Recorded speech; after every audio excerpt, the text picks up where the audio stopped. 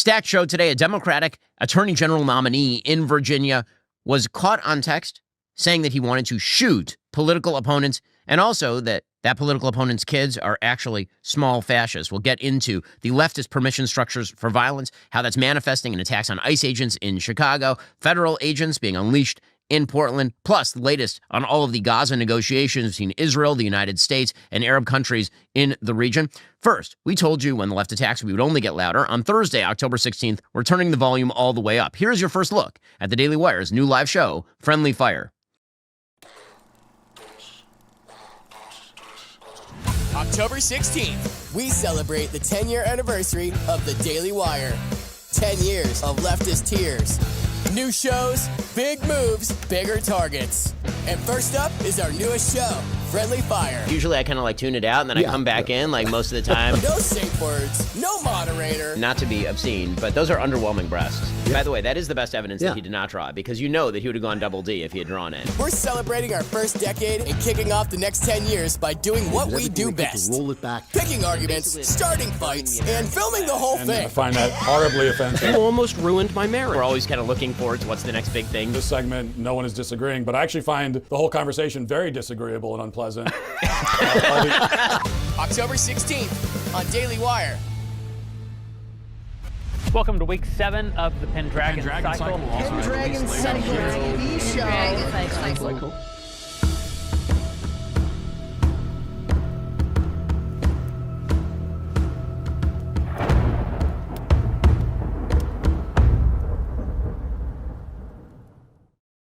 Mark your calendars. Friendly Fire premieres October 16th at 7 p.m. Eastern exclusively on Daily Wire Plus. Don't miss out. Join now. Get 40% off new annual memberships with code FALL40 at dailywireplus.com. Well, folks, as we'll explore in just a moment, I think it is fair to say the Democratic Party has a fairly serious violent extremism problem. We've been talking about this for weeks, obviously.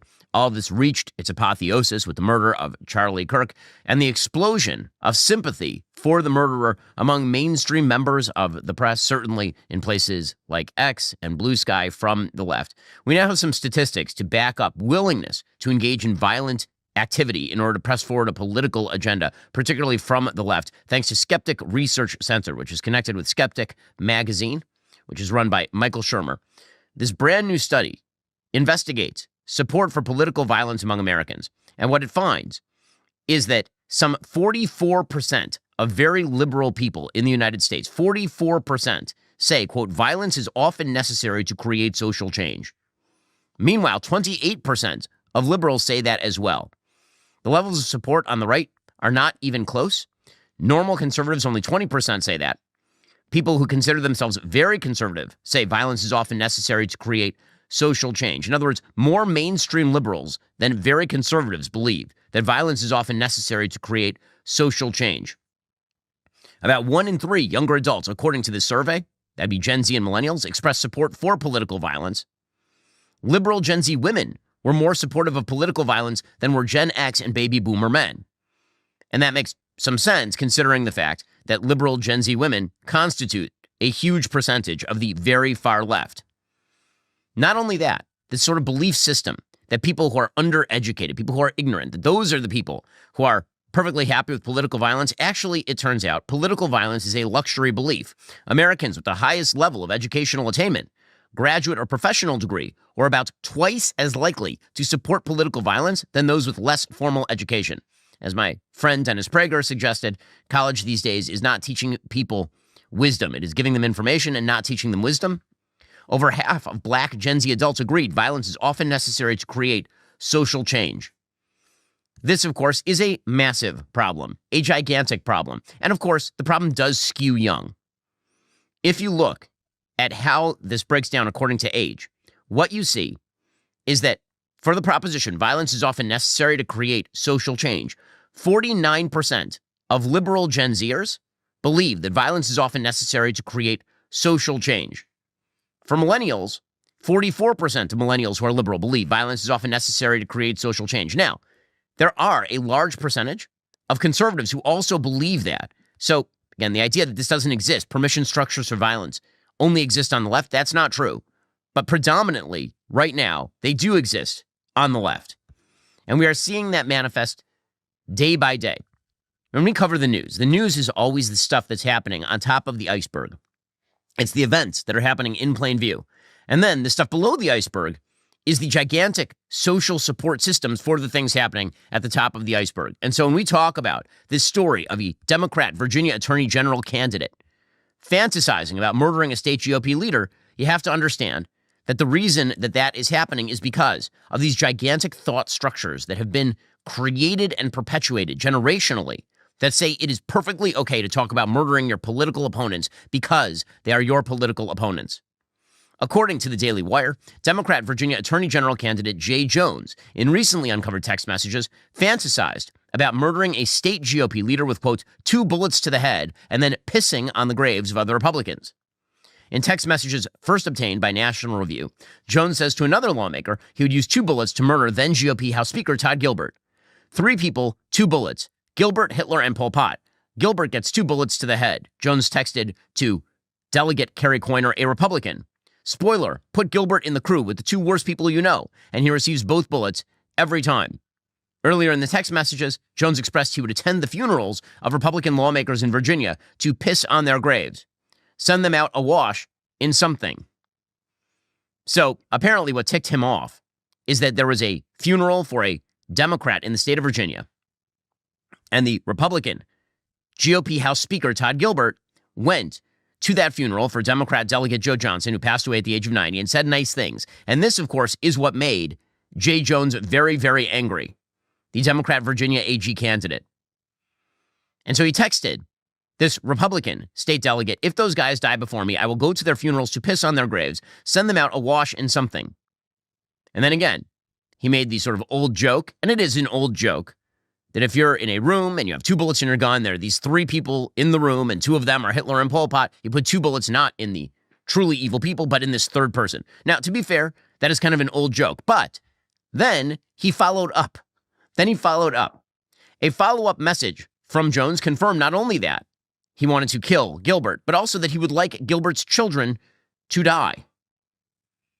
Okay, so this Republican state delegate wrote back, you weren't simply asking questions and you know it. And Jones wrote back, I genuinely was. I wasn't attacking you. I was trying to understand your logic. And the Republican delegate wrote back, you weren't trying to understand. You were talking about hoping Jennifer Gilbert's children would die. And you wrote back, yes, I've told you this before. Only when people feel pain personally do they move on policy. And the Republican state delegate wrote back, I point blank asked you more than 3 times, and you dug in that you meant it. I honestly am questioning a lot today. This is in the aftermath of Charlie Kirk's murder. This person went back and asked, did you mean that when you were talking about shooting people? And this Democrat AG candidate wrote back, I mean, do I think Todd and Jennifer are evil and that they are breeding little fascists? Yes. Okay, that is insane, obviously.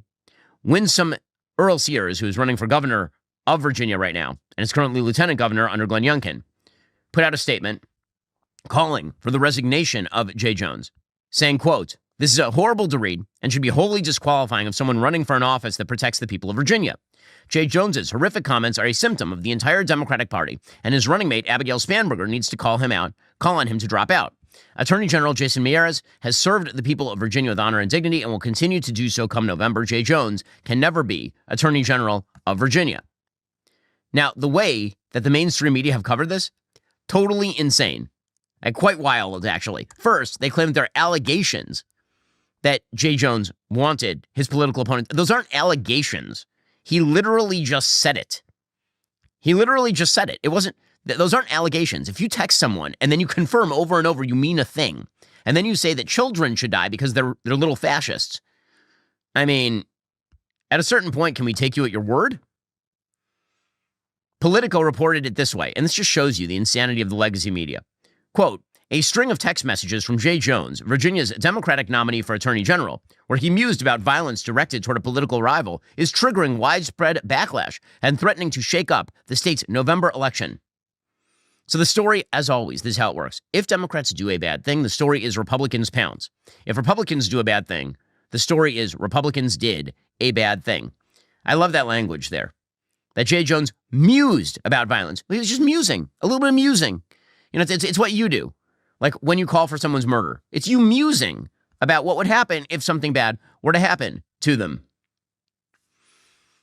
Pretty incredible stuff. There's no I'm sorry. This conversation apparently happened in the aftermath of Charlie Kirk being murdered. And so when we say that the legacy left, the mainstream left, has a soft spot in its heart for murder and terrorism, I wish I could say that weren't true, but it appears that there is a lot of truth to that statement, and there's poll data to support it as well. And it's embedded systemically in the system. If you are a member of a so-called oppressed group, you can get away with literally attempting to murder a sitting Supreme Court justice. If you happen to be a person who claims you are trans, you will get a lesser sentence. This is the other big lesson of the weekend in left-wing violence. Alrighty, folks, the violent permission structures don't just exist with regard to this Virginia AG nominee. They also exist in Chicago, in Portland, actually in London. The leftist violence permission structures continue. We'll get to all of it in a moment. First, when was the last time you bragged about your wireless company? Like, did you know my wireless company gave away 1,000 American flags to deserving veterans and forgave $10 million in veteran debt? Did you know my wireless company raised almost $500,000 to prevent veteran suicide? When your wireless company is Pure Talk, there's a whole lot to brag about. You can even brag about the coverage you get with Pure Talk, a 5G network that is insanely fast, dependable, and secure. And you can brag about how much money you save with Pure Talk. Unlimited talk, text, 15 gigs of high-speed data is just $35 a month with mobile hotspot. I'm constantly using Pure Talk. They have one of the best tower networks in existence, and I'm paying less money, and the company actually does good things. It's time to switch to my wireless company, Pure Talk. But if you need another reason, something you can actually brag about, Pure Talk is the only wireless company that gives you a 1-year free membership to Daily Wire Plus when you head on over to puretalk.com/Shapiro. Again, choose a qualifying plan at puretalk.com/Shapiro and relish your free 1-year membership to Daily Wire Plus. Pure Talk is wireless worth bragging about. Go check them out right now. puretalk.com/Shapiro. Also, with the holidays just around the corner, companies are getting ready for their busiest time of year. They're looking for all sorts of extra help. It's not just retail these days. You'll find businesses searching for people to work at winter festivals, wrap gifts, help with big events, manage deliveries, even step in as personal shoppers. There's a real need for anyone with handy skills, event experience, or special licenses, since these roles aren't always easy to fill when demand spikes. Whether you're hiring for one of these roles or any other role, the best way to find your perfect match for your role is on ZipRecruiter. Right now, you can try it for free at ziprecruiter.com/dailywire. As a business owner, I can really appreciate how ZipRecruiter's technology quickly matches job postings with qualified candidates, so you're not wasting days sifting through the wrong applications. Plus, you can instantly see how many people in your area are actually qualified for a position, and that helps you make hiring decisions a lot faster. You can even reach out to top candidates directly from their resume database, making the recruitment process smoother and more efficient. Let ZipRecruiter find the right people for your roles, seasonal or otherwise. 4 out of 5 employers who post on ZipRecruiter get a quality candidate within day 1. Right now, you can try it for free at ziprecruiter.com/dailywire. Again, that's ziprecruiter.com/dailywire. ZipRecruiter is the smartest way to hire. So you'll recall that in 2022, there was a person who traveled to Justice Brett Kavanaugh's Maryland home and was caught outside the home with weaponry, with breaking and entering materials, getting ready to enter Justice Kavanaugh's home and kill him and harm his family. Well, he was just sentenced on Friday to 8 years in prison. Why precisely did he not get 30 years behind bars, this person? Why did the perpetrator not get 30 years behind bars, which is what you would get for, attempting to murder a sitting Supreme Court justice? The answer is that the person who attempted the murder here now considers himself trans. And the entire media, they're going along with this. The entire media are now claiming that the Kavanaugh would-be assassin is a woman. I am not even kidding you. They're using female pronouns. Right? You must respect the pronouns of the person who claims to be a woman. I got to say, women are getting real violent these days. Like shockingly violent. I never would have expected, for example, a woman to be the person who tried to kill Brett Kavanaugh. And that's because it wasn't a woman. But here is the headline from NBC News. Woman sentenced to 8 years for attempting to assassinate Brett Kavanaugh. Woman. Okay, now, I'm just going to point out, not a woman. Not a woman. The first paragraphs, quote, a woman who pled guilty to attempting to assassinate Supreme Court Justice Brett Kavanaugh 3 years ago was sentenced Friday to more than 8 years in prison.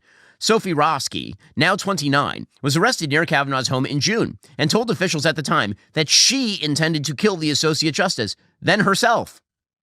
She appeared in court on Friday for her sentencing in a yellow jail jumpsuit. Now, why exactly is this relevant? Well, the reason this is relevant is because the judge in this case, U.S. District Court Judge Deborah Boardman, gave this man 97 months in prison, saying she felt that Roski has shown remorse for her actions, according to NBC News.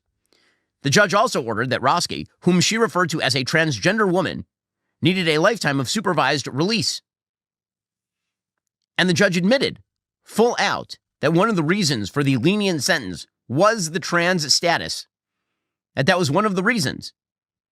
Boardman said that Roski will be housed in a male-only Bureau of Prisons facility and says she took that into consideration when considering the severity of the sentence. So, good new rule for murderers. If you are a murderer or an attempted murderer and you wish for a lower sentence, simply claim that you are a woman and then talk about the hardship of having to be in a male-only prison, and they will let you out early so that you, a man, don't have to be with the other men in the prison because you claim that you are a woman. This is well below federal sentencing guidelines. Quote, this is an atypical defendant and an atypical case. Though she got far too close to executing her plans, the fact remains she abandoned them. Sophie Roski's admission of guilt and effort to come clean did not occur after or even because she was caught in the act by police. If she had not called 911, law enforcement would never have known about Sophie Roski and her plot to kill a Supreme Court justice. Just amazing, amazing stuff here. So, again, here you have a person who literally attempted to kill a Supreme Court justice, and the person is going to get a lower than recommended sentence because he is claiming to be a she. This is the way that apparently the mainstream left now thinks. This person is a victim in some way. Now, we should also remember that the reason that someone tried to assassinate Justice Brett Kavanaugh is because someone inside the Supreme Court leaked the draft opinion overturning Roe versus Wade in Dobbs months early. And somehow, supposedly, they still haven't caught the person. I guarantee you somebody knows who leaked that. I guarantee you somebody knows who leaked that. Undoubtedly, it was some staff member in the Supreme Court building who was for one of the left-wing justices in an attempt to create precisely the kind of pressure that led to the assassination attempt. Okay, meanwhile, speaking of permission structures for violence, it was a big weekend for this. Apparently, there was an attempt to attack ICE agents over in Chicago. And the situation got pretty dang fraught. It got pretty fraught in Chicago, where a group of people legitimately mobilized to attack ICE agents. This, of course, led to Chicago and the state of Illinois attempting to claim that it was actually the fault of President Trump. The actual story here is apparently that a group of people mobilized in organized fashion in order to attack members of Immigration and Customs Enforcement. According to the Department of Homeland Security, quote, this morning, Border Patrol law enforcement officers were ambushed by domestic terrorists that rammed federal agents with their vehicles. The woman, Miramar Martinez, driving one of the vehicles, was armed with a semi-automatic weapon and has a history of doxing federal agents. She took defensive fire from CBP agents and has been discharged from the hospital and is currently in the custody of the FBI. The driver of another vehicle, Anthony Ian Santos Ruiz, involved in the ramming, has been apprehended by law enforcement. The scene became increasingly violent as more domestic terrorists gathered and began throwing smoke, gas, rocks, and bottles at DHS law enforcement. Another domestic terrorist was arrested for assaulting CBP at the scene, following J.B. Pritzker's refusal to allow local police to help secure the scene. Secretary Noem has deployed special operations teams to restore law and order. As our ICE law enforcement was responding to the shooting, a domestic terrorist followed them and rammed their vehicle in an attempt to run them off the road. This individual has also been arrested and is in HSI custody. An ICE vehicle popped a tire and was subsequently mobbed by domestic terrorists, forcing law enforcement to abandon the vehicle for their own safety. The vehicle was significantly damaged. Several CBP law enforcement officers were sent to the hospital with various injuries. So this was an organized terrorist assault on agents of Border Patrol and ICE. Again, egged on by the left. I mentioned the movie at the end of last week, One Battle After Another, which is basically about glorifying this specific kind of activity. The movie literally opens with a raid on an ICE facility. And I understand that's a piece of entertainment. I get it. I also understand that there is a permission structure that has been created by the left that if you are doing the brave work of resisting federal law enforcement in the enforcement of the law, somehow this makes you a hero. And not only that, the true villain is the person enforcing the law. This has been the case made by rotund governor of Illinois, J.B. Pritzker, who said the feds need to get the heck out of Chicago. Well, you know, they might not be in Chicago in the first place if you just let them do their job. And if you inhibited people from violently assaulting officers, Let me just say that the secretary doesn't know what she's talking about. She frankly says that people are clapping. They're not. They're booing her on the street, and they're booing ICE and CBP. They're marching, the CBP marching on a beautiful Sunday in Michigan Avenue in downtown Chicago. They're raiding neighborhoods where instead of going after the bad guys, they're just picking up people who are brown and black and then checking their credentials. Are you a U.S. citizen? I don't know about you, but I don't carry around papers that say I'm a U.S. citizen. So you can imagine people are getting detained. They're getting arrested, U.S. citizens. And they did this, of course, when they raided a building in the middle of the night in South Shore. 130 people that were emptied out of this building. They were going after a few gang members, and instead they broke windows, they broke down doors, they ransacked the place, and there were people that were held, elderly people and children zip-tied. Elderly people held for 3 hours at a time. They are the ones that are making it a war zone. They need to get out of Chicago. If they're not going to focus on the worst of the worst, which is what the president said they were going to do, they need to get the heck out. So they need to get out of Chicago. Not the people who are violating the law. The people who are attempting to keep the law are the ones who need to get the heck out of Chicago, according to J.B. Pritzker, who's also very upset because the president has said that he wants to use National Guard troops perhaps to quell the violence in Chicago against law enforcement officers. Pritzker put out a statement saying that Trump had given him an ultimatum that he was going to federalize the troops. And he said, well, it's absolutely outrageous. It's just terrible. Why is it that you have more ire for the people enforcing the law than the people violating the law? Why? And the answer has to do with a permission structure for violence. Meanwhile, Gregory Bavino, who's one of the top agents spearheading President Trump's crackdown on illegal immigration, blasted both Pritzker and Chicago Mayor Brandon Johnson for feeding violence against Border Patrol and ICE agents. Here he was explaining. Those individuals like the governor or the mayor, they feed violence. They foment this violence, and I kind of scratch my head as to why they would do that, but they are actually feeding this violence and trying to get people hurt. I wonder if they actually want Border Patrol agents and ICE officers hurt. At this point, I've almost came to that conclusion. It's a sad fact, but they continually banter that rhetoric around, and I've not heard anything on the suspects that we've arrested, the bad people and bad things that we've arrested by the thousands. I know they said it was 800. It's over 1,000 arrests now in Chicago. Just yesterday, I was with Secretary Noem. We arrested an aggravated felon who had spent 3 years in prison for a firearms offense, walking the streets with immunity. What does the governor have to say about that? You never hear them say anything about that. That's awfully concerning to me. And Secretary Noem herself says, listen, anybody who attacks federal agents will be hunted down and jailed. Here was the secretary. We're going to go out there and we're going to make sure that there's consequences for the way that they're behaving, and that we're going to prosecute them. We're going to bring them to justice. We're not taking this anymore. All right, coming up, more permission structures for violence from the left, ranging from London to Portland. First, what does the future hold for business? Ask 9 experts, you will get 10 different answers. The market's bullish one day, bearish the next.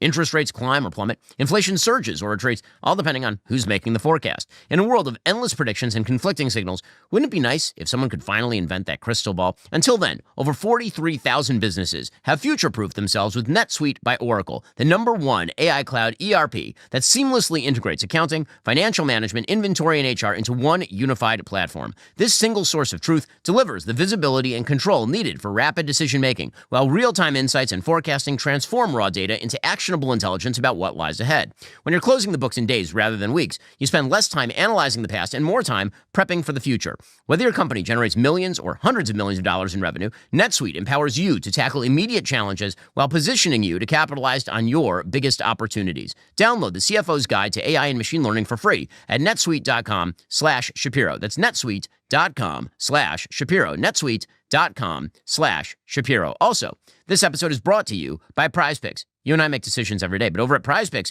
being right can get you paid. Don't miss any of the excitement this season on PrizePicks, where it's good to be right. Producer Jake was on the edge of his seat during that thrilling Patriots-Bills game last night. The Patriots won on a field goal.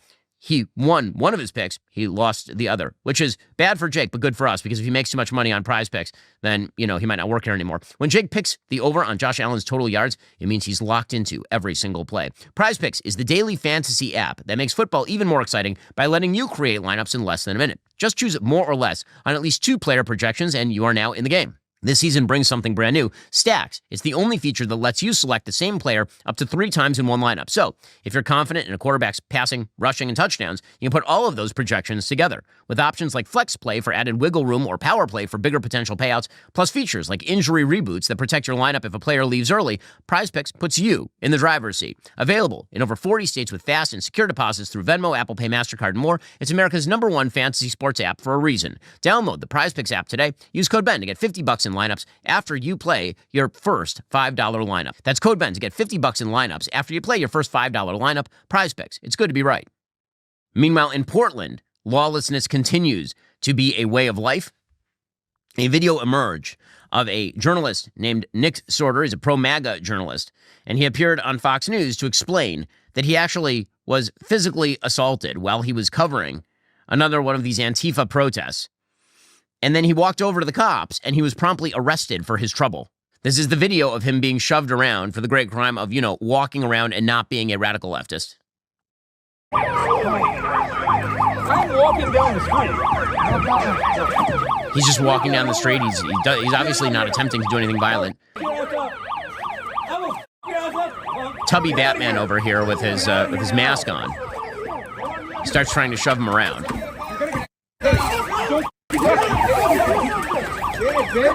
They shove him into a bit of a pit. Start yelling at him. And unfortunately, this sort of violence has become fairly commonplace in Portland. Sorter told Fox News, nobody can take that video and say, I was the aggressor in that situation, simply trying to walk down the sidewalk with my camera. I'm actually walking in my car at the time. They jumped in the way. They blocked me. They start surrounding me. I keep trying to walk around them. They continue to push me, and then eventually one of them throws a punch. And then he says he went over to the police, and 7 or 8 minutes later, a sergeant walks up and points to me and says to the officers, cuff him. No reason given. The officers didn't know what they were doing. And Sorter said, listen, the officers, rank and file officers, they don't do anything unless they're given a direct order by one of their superiors. So somebody was telling somebody to arrest me. Meanwhile, the left continues to maintain that Portland must remain a federal law enforcement free zone. And this goes back years at this point. You remember during BLM when Antifa was attacking courthouses in Portland, and federal officers at that point were put in the courthouse in Portland to protect the courthouse. Well, meanwhile, federal judges are claiming that it's somehow a gigantic sin to mobilize the Oregon National Guard in Portland. The judge said, quote, this country has a long-standing and foundational tradition of resistance to government overreach, especially in the form of military intrusion into civil life.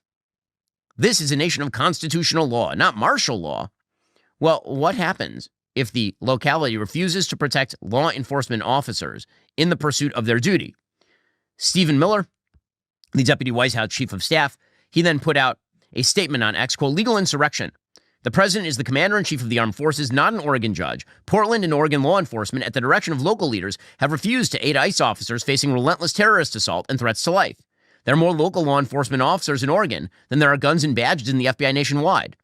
This is an organized terrorist attack on the federal government and its officers, and the deployment of troops is an absolute necessity to defend our personnel, our laws, our government, public order, and the republic itself. And again, there is a question here as to what exactly is federal law enforcement being instructed to do that is beyond their remit.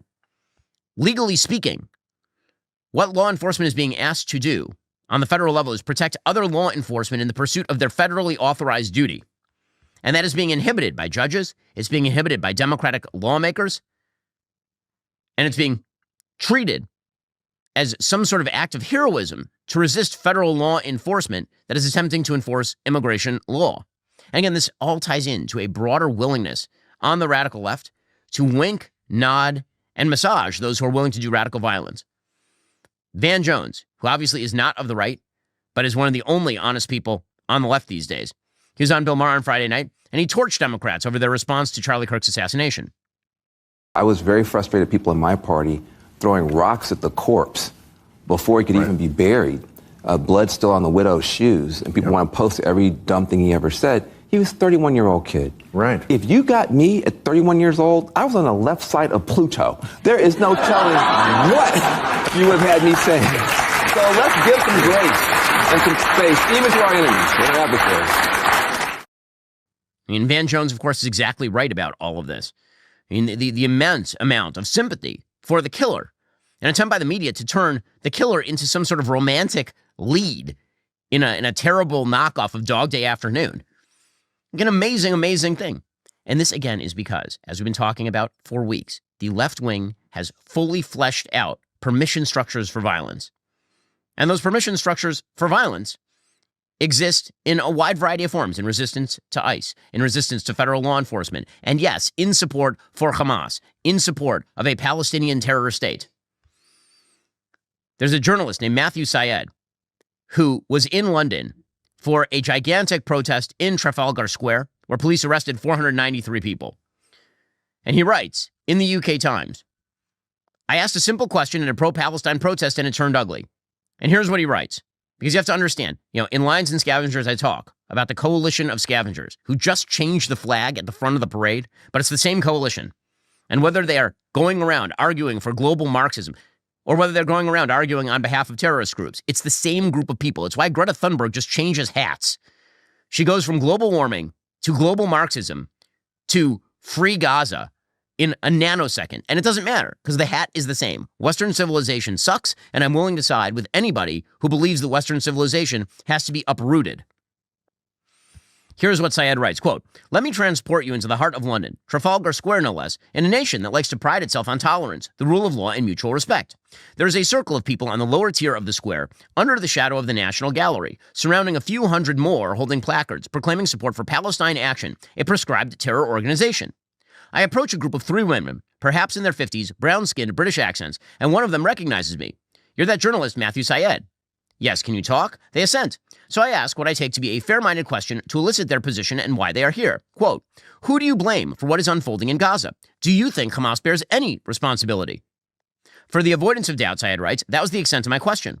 I didn't say anything else about Hamas, that their founding charter is committed to the killing of Jews, that they've consistently said they wish to commit October 7th-style atrocities again and again, that they are funded by Iran, which wishes to expunge Israel from the pages of history, that the mullahs have sometimes insinuated that Muslims have a duty to kill Jews wherever they are found. Perhaps, who knows, the inspiration for a man called Jihad, born to a Syrian father who described the Hamas attackers as, quote, men of God on earth, attempting mass murder in Manchester. No, all I asked was, is Hamas partially responsible? Here's what happened next, as their friendly faces turned to, well, something else. Go away, one said. Go away. You're a bad faith actor. We don't want to talk to you. Just F off. It's a really boring old line. You are disgusting. And he said, I am disgusting? Yes, you are disgusting. You are not a journalist. It is very clear what your position is here. Now their voices were getting louder. Piss off. Thanks for your time. I appreciate it, I said, retreating, but they were not finished. What are you doing here anyway? You are prejudiced. Hopefully nobody will ever buy a book you write. You are a charlatan. You are an effing racist. Now again, notice the victim mentality in the scavengers. They are asked a simple question. Who bears responsibility for what's happening in Gaza? Does Hamas bear any responsibility considering they started the war, refused to surrender, and still have not given up the hostages, despite their lip service to the idea of a deal? These people consider themselves the victims. And if you criticize them, you are a racist. You are victimizing them. You are doing them verbal violence. Syed writes, those surrounding us started to join in. Well said, sister. Yeah, well said. Others in the enclosure began to applaud. I noticed a tall man with a Palestine flag a few meters away, and he pointed at me, although I wasn't sure why. A younger woman approached and said, I have seen you all afternoon trying to get a rise from people.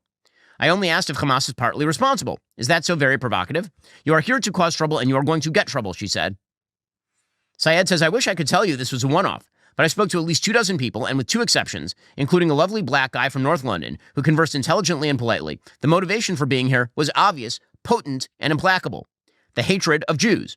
I heard conspiracy theories. October 7th was a false flag operation, blood libels, and the pervasive view that the Manchester atrocity was not a heinous attack, but righteous comeuppance for an evil people. My sense is that many felt liberated to say what they really thought by the proximity of like-minded others, the classic symptom of mob mentality. Syed says what perhaps struck me the most was the vivid contrast between the ostensibly peaceful nature of the protest, holding flags, going limp when arrested so they had to be lifted by 4 officers at a time, and the latent violence of their views. As police carried off an elderly protester I'd talked to a little earlier, and who was convinced of the virtue of his hateful opinions, protesters started shouting at the young officers, "Shame on you." But are they not following the instruction of a democratically elected government, even if you disagree with it, and upholding the rule of law? F democracy, F the police. You perhaps won't be surprised, Syed said, to hear that most were virulently left-wing.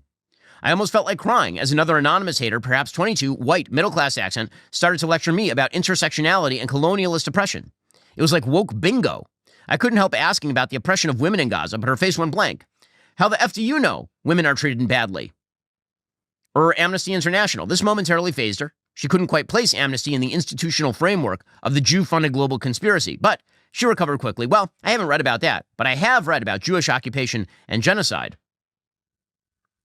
Syed says, how did protesters who weep for Gazans feel about the prospect of the killing ending? Because, of course, there may be a peace deal any moment. I can assert that almost nobody I spoke to showed the slightest interest. I haven't kept up with that one. I haven't read about it. If Netanyahu signed up, it must be awful. But surely it's a good thing if it brings an end to the slaughter, he said, hesitation. But it won't be a just peace. I left Trafalgar Square even more convinced the government has demonstrated criminal complacency about the rise in anti-Semitism over recent years. Now is the time for robust action. Otherwise, we'll see more atrocities like Manchester. But remember, what's happening to Jews in London is happening to the West writ large. You have barbarians inside our civilization, imported by people in our civilization.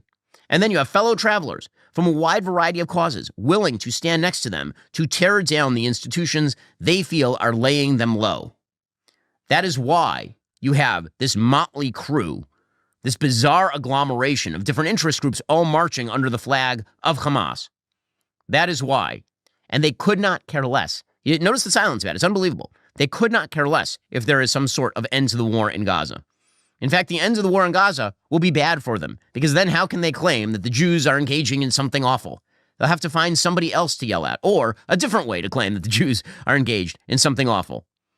Because when a lot of these people mean the Jews, what they don't mean the Jews, what they actually mean is just any Western civilized power in conflict with pro-terrorist, anti-civilizational forces. They'll just switch that hat once again.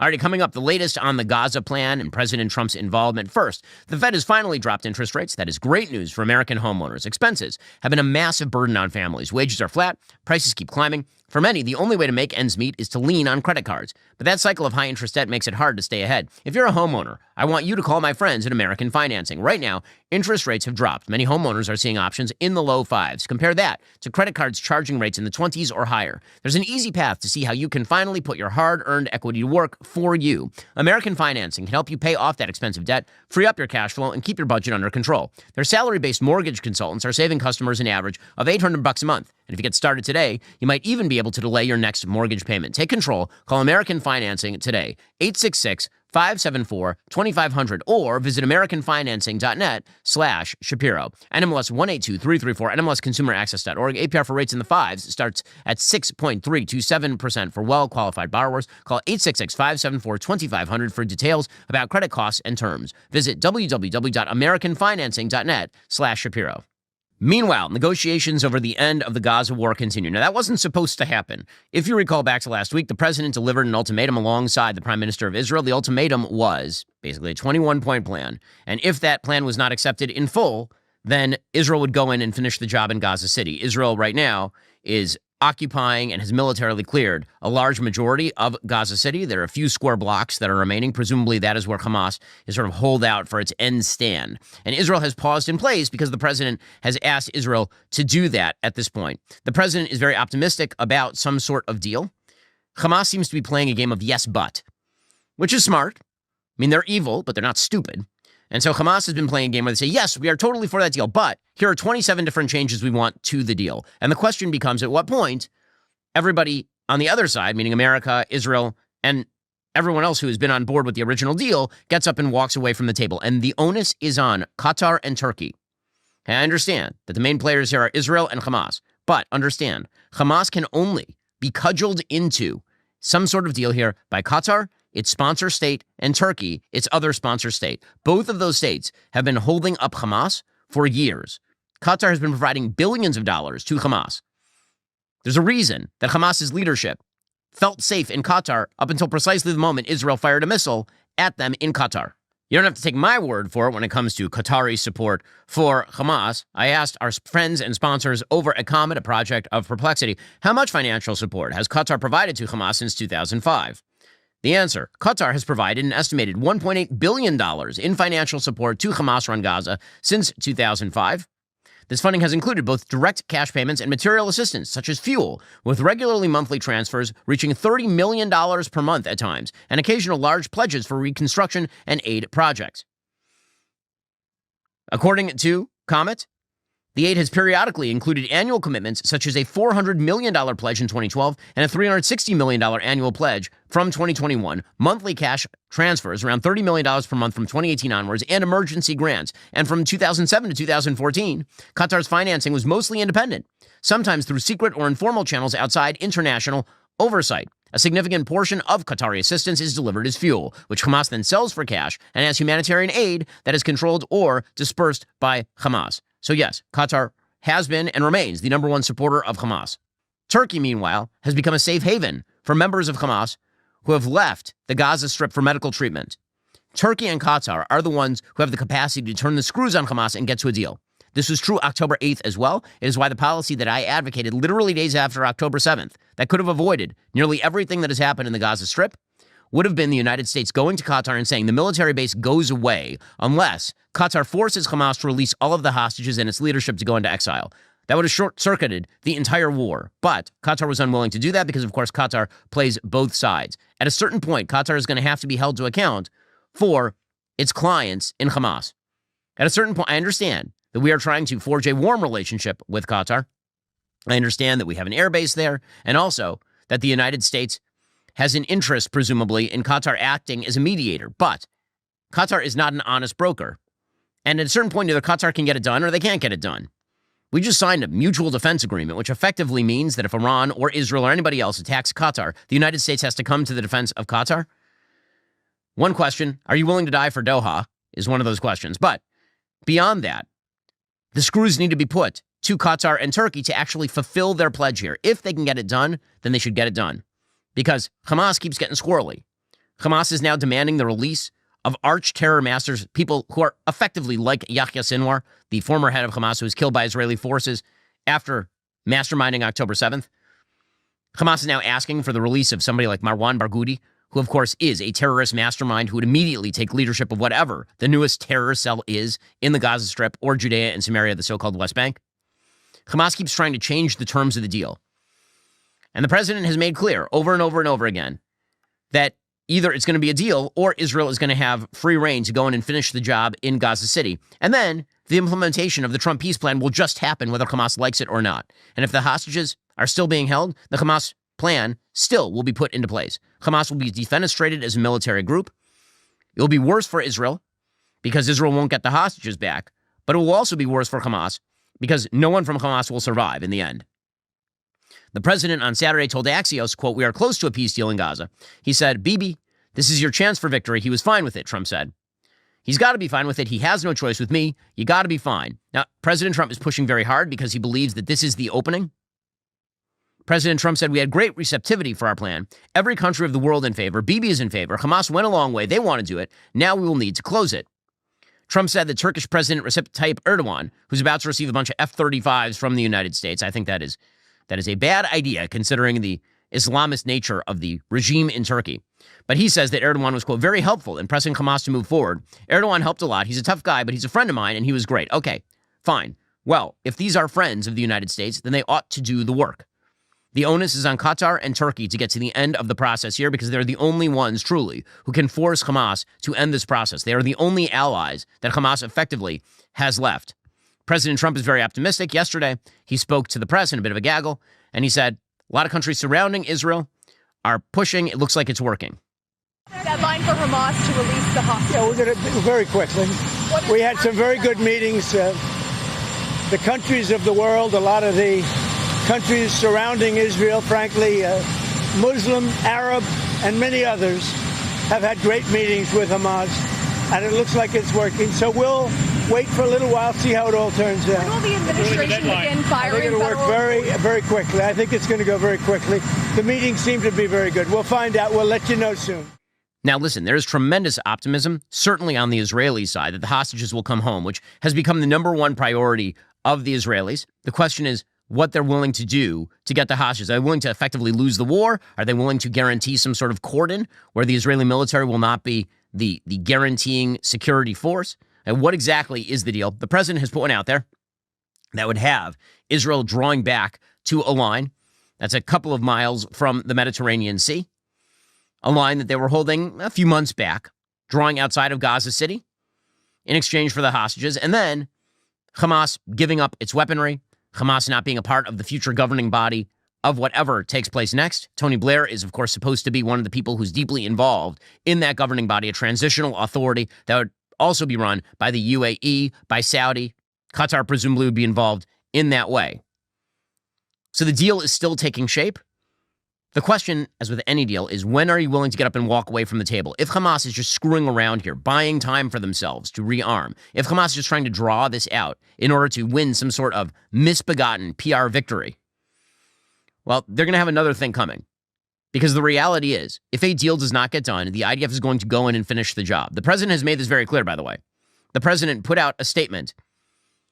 Quote, there have been very positive discussions with Hamas and countries from all over the world, Arab, Muslim, everywhere else, this weekend to release the hostages, end the war in Gaza, but more importantly, finally have long sought peace in the Middle East. These talks have been very successful and proceeding rapidly. The technical teams will again meet on Monday in Egypt to work through and clarify the final details.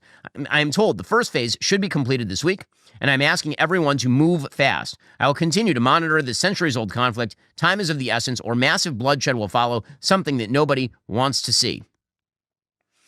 The president also told CNN that Hamas faces, quote, complete obliteration if the group refuses to cede power and control of Gaza. That is what he told Jake Tapper on Saturday, if Hamas insists on staying in power. Tapper pressed the president on Hamas's response to his 20-point ceasefire proposal, citing Lindsey Graham's interpretation that Hamas had effectively rejected the plan by insisting on no disarmament, keeping Gaza under Palestinian control, and tying hostage release to negotiations. And Tapper said, is he wrong? And Trump responded, we will find out. Only time will tell. The president says he expects clarity soon on whether Hamas is genuinely committed to peace. And he was asked if Prime Minister Netanyahu is on board with ending the campaign in Gaza and supporting the president's broader vision, and he said yes on Bibi. Speaking of which, here is the Prime Minister of Israel saying that they are on the brink of a deal to end the war. This was the Prime Minister on Saturday night. We are on the verge of a very big achievement. It's not final yet, but I hope that in the coming days, during the Sukkot holiday, I will be able to announce to you the return of all of the hostages in one phase, while the IDF remains deep inside the Strip and the territories that control it. Thanks to the great support I received from you, citizens of Israel, and thanks to the bravery of our fighters, I stood up to enormous pressure from home and abroad to stop the war and to give in to Hamas's dictates. You know what would have happened then. We would have left Gaza having achieved almost nothing. Okay, so that is a translation of what the prime minister is saying. He, of course, you'd recognize his voice. He's speaking in Hebrew there, and so that is the translation of his statements. Meanwhile, the Secretary of State, Marco Rubio, appeared on Meet the Press on NBC on Sunday, and he said, listen, if Hamas remains in control, then this whole thing has been for naught. You can't launch something like October 7th and expect to remain in control. He says, no one should forget what happened on October 7th. We don't forget what happened on October 7th. That's the other thing the president repeatedly points to is remember October 7th. But whether we agree with it or not, we have seen the impact that this has had on Israel's global standing. And I think that's the point the president is making here, is that whether you believe it was justified or not, right or not, that you cannot ignore the impact that this has had on Israel's global standing. That said, if we never want to see this happen again, meaning a war like this, you can never have another October 7th or anything like it ever happen again. And that's the thing the president has reiterated and repeatedly made clear to our partners in the region, and that is if you truly want peace and stability and a better future for the Palestinian people, then there has to be a Gaza that is not governed or controlled in any way, shape, or form by Hamas or anything that looks like Hamas. Now, again, there's a lack of clarity at the moment as to what the shape of a final deal will look like here. It's quite possible that Hamas is screwing around again, because we have heard preliminary deals announced many, many times over the course of this conflict to free certain numbers of hostages. And of course, that is not exclusive to this part of the world. We saw talk about an Iran nuclear deal that never took shape because Iran was lying. We've seen talk about a deal in Ukraine and Russia in which Vladimir Putin was lying. So it would not be a shock if Hamas is lying, trying to draw this out, kind of the final measure of torture for the Israeli population and for the United States and the Arab world, by the way, that wants to get to the end of all of this. The Secretary of State did say that Hamas has at this point agreed to the framework. And I would view it in two phases in terms of understanding how to break this out. The first piece of it, which was very clear from the letter and Hamas's response, is they have agreed to the president's hostage release framework. And what needs to happen now, and they acknowledge in the letter in their responses, there now needs to be meetings which are occurring even as I speak to you now, and hopefully will be finalized very quickly on the logistics of that. What that means is, who goes in to get them? Is it Red Cross? When do they show up, et cetera? What place are they going to be? And the conditions have to be created for that to happen. You can't have bombs going off and fighting going on in the middle of this exchange. So that's piece one. The second, and we want to see that happen as soon as possible. All 48 hostages, both living and deceased. And there's some need to be released. And there's some logistical challenges to that we'll have to work through. But that work is happening even as I speak to you this very moment. The second part of it's even harder, and that is the long-term piece. What happens after Israel pulls back to the yellow line and potentially beyond that as this thing develops? How do you create this Palestinian technocratic leadership that's not Hamas, that's not terrorists, and with the help of the international community? How do you disarm any sort of terrorist groups that are going to be building tunnels and conducting attacks against Israel? How do you get them to demobilize? All that work, that's going to be hard, but that's critical, because without that, you're not going to have lasting peace. You may get the hostages back, you may get a cessation of hostilities, but in the long term, it's going to happen all over again. So both are going on at the same time, but priority number one, the one that we think we can achieve something very quickly on, hopefully, is the release of all of the hostages in exchange for Israel moving back to that yellow line, which is basically where they stood at the middle part of last month, of August. And that's the one we're focused on. Even as I speak to you now, there are people meeting on that. Okay, so that is the deal the United States wishes to pursue, that Israel wishes to pursue, that achieves the war goals of Israel, and that also frees the hostages. Now, the question is, what Hamas is going to attempt to link to that, because what Hamas knows, just on a pure negotiation basis here, is that the minute the hostages are out, they basically lose their leverage. And so they're trying to guarantee up front their survival, their maintenance of weapons. They were trying to make a claim over the weekend that they want to retain their quote-unquote defensive weapons. What would that even look like? What is a defensive weapon in the context of urban warfare? It does not exist. So again, they're getting squirrely. It'll be interesting to see how all of this plays out. There is tremendous optimism from the American side. There's optimism from the Israeli side as well. The question, I will come back to it, is will Qatar and Turkey fulfill the commitments they have made to the President of the United States to press Hamas to end this war? And once again, the only people capable of ending this war are Hamas. The ball has been in their court since October 6th. It was in their court before October 7th. They decided to launch October 7th. Then they decided to do 2 years of war and fight a PR campaign with dead bodies created by Hamas, people who they were shielding their weapons behind those people. They decided to do that. This has always been a Hamas-driven war. Every drop of blood that has been shed is on Hamas, and that continues today. If the war continues, that will only be because Hamas refused to end the war, period. End of story. And it will be because its allies in Qatar and Turkey refuse to do the thing they've committed to do, namely to press Hamas to actually get to the end of this war. Okay, meanwhile, the government shutdown continues apace. It is being driven, again, by Democrat intransigence, because what exactly are they seeking to gain? A reversal of the one big, beautiful bill? Nobody really knows what they're trying to do here. It's not playing. First of all, nobody really feels the pressure. Unlike the Democrats, when Democrats are in charge and there's a government shutdown, Democrats try to maximize the pain on the American public. When Republicans are in charge and there's a government shutdown, Republicans try to minimize the pain on the American public. So I'm not sure the American public is really feeling the government shutdown in any significant or severe way. And so that means the Democrats aren't really paying a political penalty, per se, at this point. Hakeem Jeffries continues to try to articulate some sort of rationale for why, I suppose, the shutdown continues. Here is the House Minority Leader. The House Republican partisan spending bill is a dirty piece of legislation that continues to gut the health care of the American people, and it's riddled with toxic right-wing Republican priorities because it's connected to a March spending bill that Democrats in the House uniformly rejected. And we rejected it significantly because of the fact that it was an attack on veterans, an attack on children, an attack on housing affordability, and certainly was an attack on healthcare at the time in March of last year. And now they just want to continue that. So it's irresponsible in our view for Republicans in the House to continue to insist that they aren't trying to advance their own extreme right-wing priorities. Of course, that's what they're trying to do. They've been doing it all year. At the same period of time, it's also irresponsible that House Republicans continue to be on vacation. Okay, so again, I'm confused as to what the goal here is in the end. It doesn't seem like there's a goal except for simply catering to the left wing of the Democratic Party. Hakeem Jeffrey says, we will not be bullied, but you absolutely are being bullied, my dude. You're being manhandled by the left wing of your party. That's what's happening here. Well, we are going to continue to stand by our hard-working federal civil servants. And it's unfortunate that Donald Trump and Republicans have decided to now use them as pawns because of the Republican refusal to provide health care to working class and middle class Americans. At the same period of time, Ali, you make a very good point, and that's the reality. Donald Trump, Russ Vought, and this malignant crew that's part of this administration, they have been engaging in mass firing since January 20th. They've been doing it outside of the context of a government shutdown. And so to the extent that they're claiming that a government shutdown may force their hand, that's just pretext for something that they've already been doing.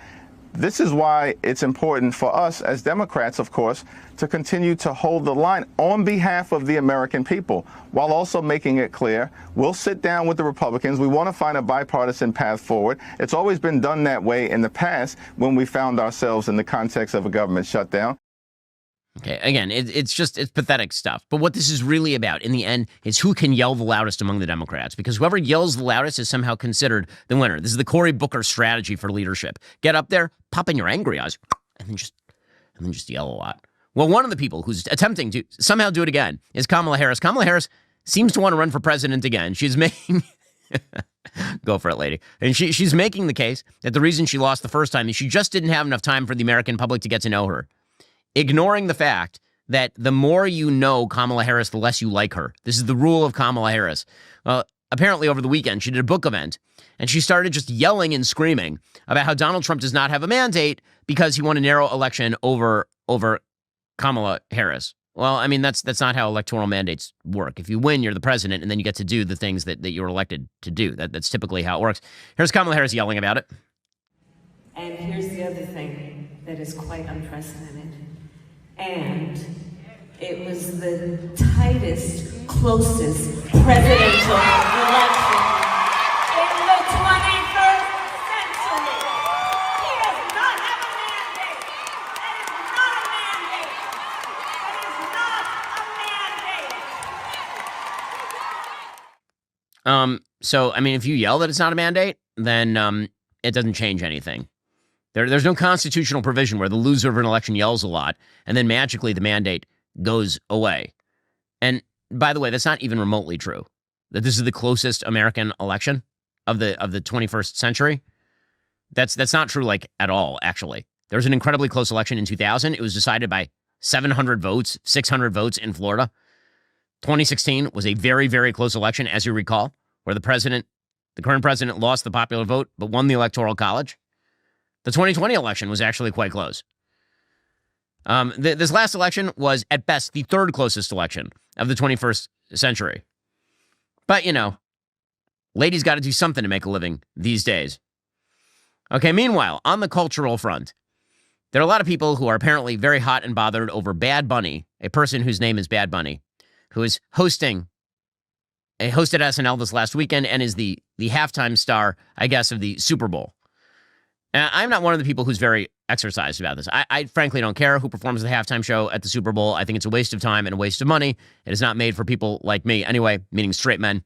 And so Bad Bunny, hosting the halftime show at the Super Bowl, I actually think it's kind of hilarious because he said that he wouldn't come back to the United States while Trump was president, and here he is breaking his vow. Well, not only is he doing that, he's now showing up at SNL to speak Spanish at you. More of this. Honestly, good. More. I like that. This is good. I think the Democrats should show who they are. I think cultural left-wingers should show who they are. And Bad Bunny should show up on SNL and lecture Americans on why they need to learn Spanish. And by the way, I'm not anti-learning Spanish. I've been trying to do it myself for years and failing. I think it's a good thing to know multiple languages. But I don't think Americans take kindly to being lectured about how they must learn Spanish in the English language speaking country that is the United States. Okay, like I'm not going to be lectured about learning Spanish by Bad Bunny, a person who calls himself Bad Bunny. And I hope the Democrats embrace this full scale. That actually it is an obligation of everybody to learn Spanish, not for him to speak English so that we can understand him. Go with this. And when I am looking for cultural arbiters who are going to really spell out what it is that the Democratic Party should be about, I look to the multicolored hair of Molly Jong-Fast, who says that Bad Bunny represents the values of the Democratic Party.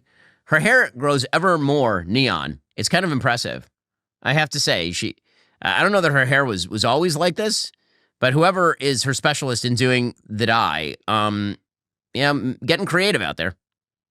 If the message is okay or works in different crowds, you don't have to think that that person needs to be your presidential candidate. Like, this is a problem that we all get obsessed by. Is this person ascendant? Is this the one? Is this the way to do it? But you might like AOC. You might like Pritzker. Whatever the case is, are you getting the message? And what's important about the op-ed I wrote in the New York Times that Bad Bunny represents a lot of the values that right now the Democratic Party should. I mean, the idea that Puerto Rico is part of America, right, that we shouldn't be racist against people who come from, these are easy ideas and he's a great messenger. And if you think about Donald Trump, that politics is downstream of culture. That's why he's at UFC fights. That's why he claimed ownership of Jake Paul and Joe Rogan and those people, because he knew that the way to get in front of low frequency voters is to be in the culture. Democrats have that too, but they're so reticent to embrace it because they're so cautious and lawyerly, and I think it's a mistake. Yeah, well, go for it. Go for it. More of this. And I think we should definitely take our political cues from the great, brilliant folks over at SNL, who, by the way, spent the weekend also mocking J.K. Rowling. For the great crime, J.K. Rowling, you'll remember, told Emma Watson to basically stand aside, because Emma Watson had been ripping into her a year ago and now is trying to make nice with her because J.K. Rowling has committed the heinous sin of saying that boys are not girls and girls are not boys. So that means that it was time for SNL to mock J.K. Rowling. Always on the side of the 20% SNL as opposed to the 80%. Keep going with this, honestly. Cultural left, please. The right will be in power forever if you continue this sort of nonsense. Alrighty, folks, the show continues for our members right now. We're going to get to Zoran Mamdani trying to harm gifted kids in New York. Plus, Gavin Newsom is Twitch streaming with the kids. Remember, in order to watch, you have to be a member. If you're not a member, become a member. Use code Shapiro. Check out for 2 months free on all annual plans. Click that link in the description and join us.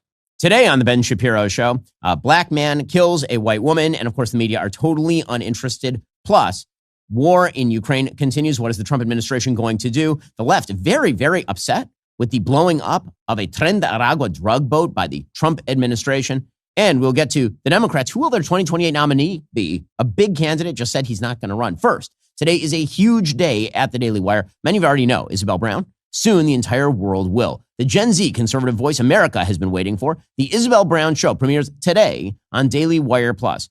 But that's just the start of a huge week here at Daily Wire, because Wednesday, for the first time in months, all of us are getting back together to celebrate a decade of the Daily Wire by debuting our new flagship show, Friendly Fire. We'll be debating, disagreeing, discussing all the news making headlines right now. Spoiler alert, we all have our own opinions. Wednesday night, you will hear all of them collide. The first episode is a celebration of our first decade. We'll have major announcements, some you've been waiting for, some will be complete surprises. Don't miss a moment. Join now at dailywire.com.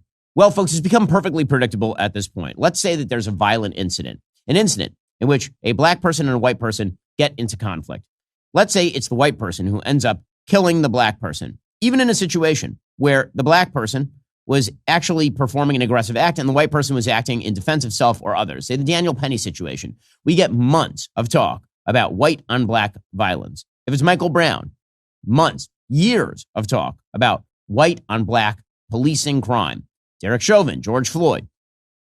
This is just the way it goes. If, however, the crime is in reverse, if it is a black perpetrator and a white victim, then of course it just disappears into the ether and we never hear about it again. The latest case of this happens to be this horrifying video out of North Carolina.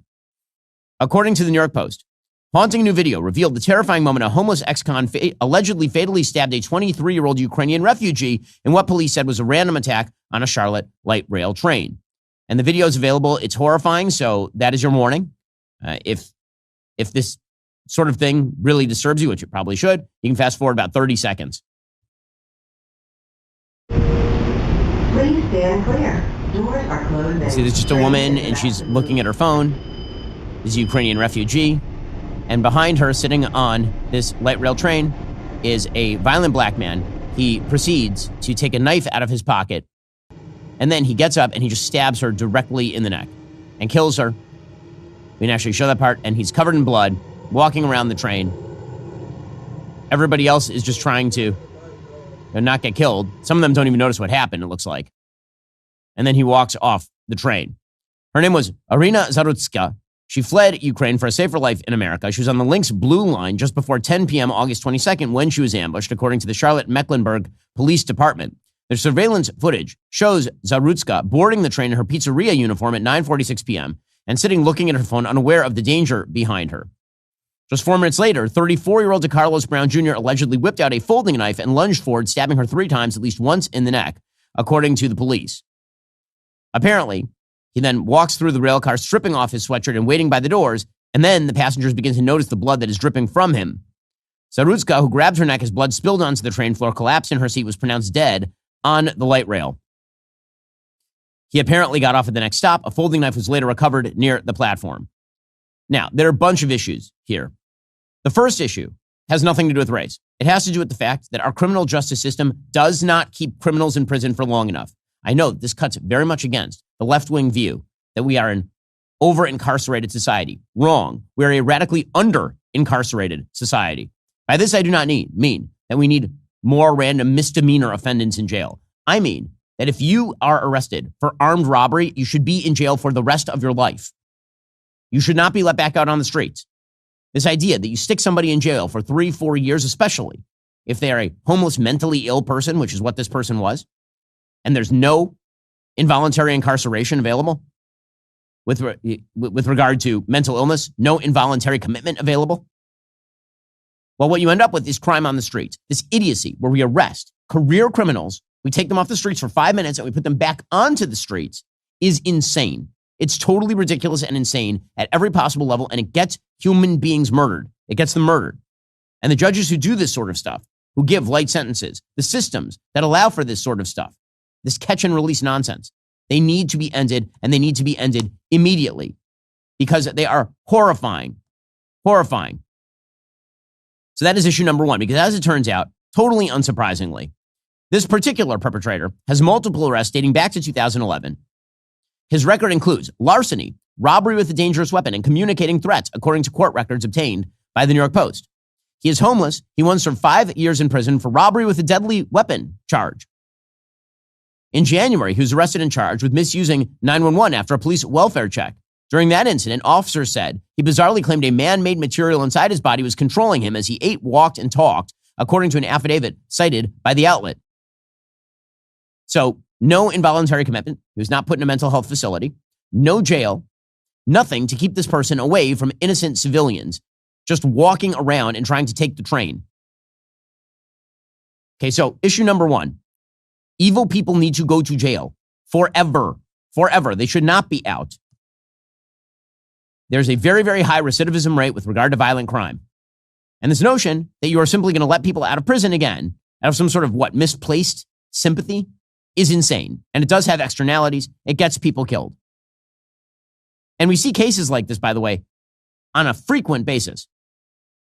There's another case that was reported by the New York Post just recently, pointing out that a Georgia daycare worker who allegedly beat a 1-year-old boy black and blue was released on bail. According to the New York Post, a daycare worker in Georgia who was charged last month for allegedly beating a 1-year-old until his face was black and blue was released after posting bail. The offender, 54, was let go on a $44,000 bond on August 16th after she was charged with 3 counts of first-degree child abuse and 1 of first-degree aggravated battery. Totally insane. obviously. The pictures of the child, and he's a 1-year-old child. The kid is basically mutilated. I mean, she beat the living hell out of this kid. You're looking at cuts on his face, black eyes, and everything. The offender was arrested August 11th after a family at the Little Blessings childcare in Bainbridge, close to the Florida border, reported their 1-year-old's grisly injuries suffered at daycare one day. The tyke looked into the camera lens the best he could as one blackened eye was nearly swollen shut. He had a litany of bloodied scrapes along his cheeks and around his mouth as well. I mean, it looks like she beat the living hell out of him. The offender said that originally this kid had been beaten by another kid with a plastic toy, but then surveillance video showed an adult, a 54-year-old adult, walloping the son, let out on bail. No problem. This system is broken and needs to be fixed. That is first off. Then you get to the racial angle. The racial angle is less about race and more about media coverage of race. When I say it's less about race, the reason I say that is because there are some people who attempt to turn this into some sort of salient point about the difference between races. Okay, let's be very clear. Crime is a result of individual evil human action. It is not inborn into any race. Those who make this claim are silly. What you have in a lot of areas are different cultural orientations toward crime. This is just a reality. If you don't have fathers in the home, you end up with high crime areas. If you have people who see other criminals around them acting like criminals, they act like criminals. This is true regardless of race. And what is a racial angle here? And by the way, I should point out here that virtually all crime is intraracial rather than interracial, meaning that, yes, there's far more, by proportion, black on white crime than white on black crime, but the vast majority of crime is white on white and black on black. Okay, with that said, the media coverage is always radically disparate. If a white person commits a crime against a black person, it is a national news story. If a black person murders a white Ukrainian girl on the train in Charlotte, it gets zero mainstream media coverage. Zero. The New York Times has not covered it at all as of today. At all. Liz Wheeler points out that the New York Times dedicated some 6,000 articles to George Floyd, some 1,200 articles to Trayvon Martin, some 56 to Kilmar Abrego Garcia, some 100 to Daniel Penny, and 0 to Irina Zarutska. And it is not out of line to point out the radical disparity in attention that is paid with regard to these headlines. I mean, you can tell this with the legacy media all the time. Whenever there's a white on black crime, the race of both the suspect and the perpetrator is mentioned. Whenever it is a black on white crime, neither race is mentioned. That's extraordinarily typical in the legacy media. And the reason, if you ask people who work in the legacy media, is they say they don't want to, quote unquote, reinforce stereotypes. Well, actually, the only stereotype that's being reinforced when you don't report the news is that the legacy media are trash and they're not giving you the full information. Donald Trump Jr. points out, quote, strangely, all the clowns with Ukraine flags in their bio are also all silent on this one. And what he means by that is that many of the people who have the Ukraine flags in their bio are people who are very liberal, people who are very much oriented against the Trump administration. But when a Ukrainian woman gets killed on a subway by a black man, well, then it turns out that the intersectional hierarchy has been upended, and so they have to ignore. And he's not wrong about that. Okay, bottom line here is this. As always, legacy media are perfectly willing to overlook stories that do not match their narrative. It is narrative uber alles. It is the narrative above all. And the death of this young woman will not become a national issue. It will not spur a national conversation about crime rates or about policing or about people getting out too early on bail. It won't do any of those things because it doesn't match up with too many in the legacy media and what they wish the world were really all about.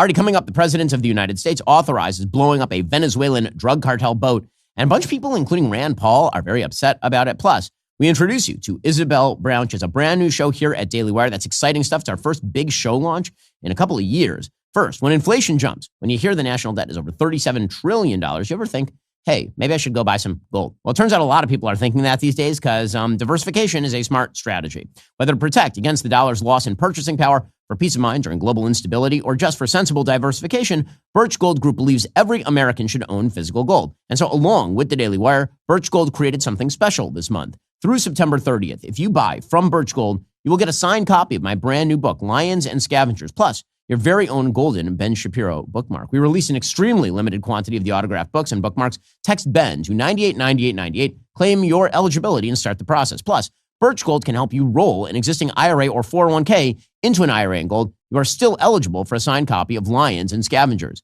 I buy my gold from Birch Gold. So do tens of thousands of other Lions. Is it finally time you did the same? It's really easy. You call them up, ask your questions, make your best purchase.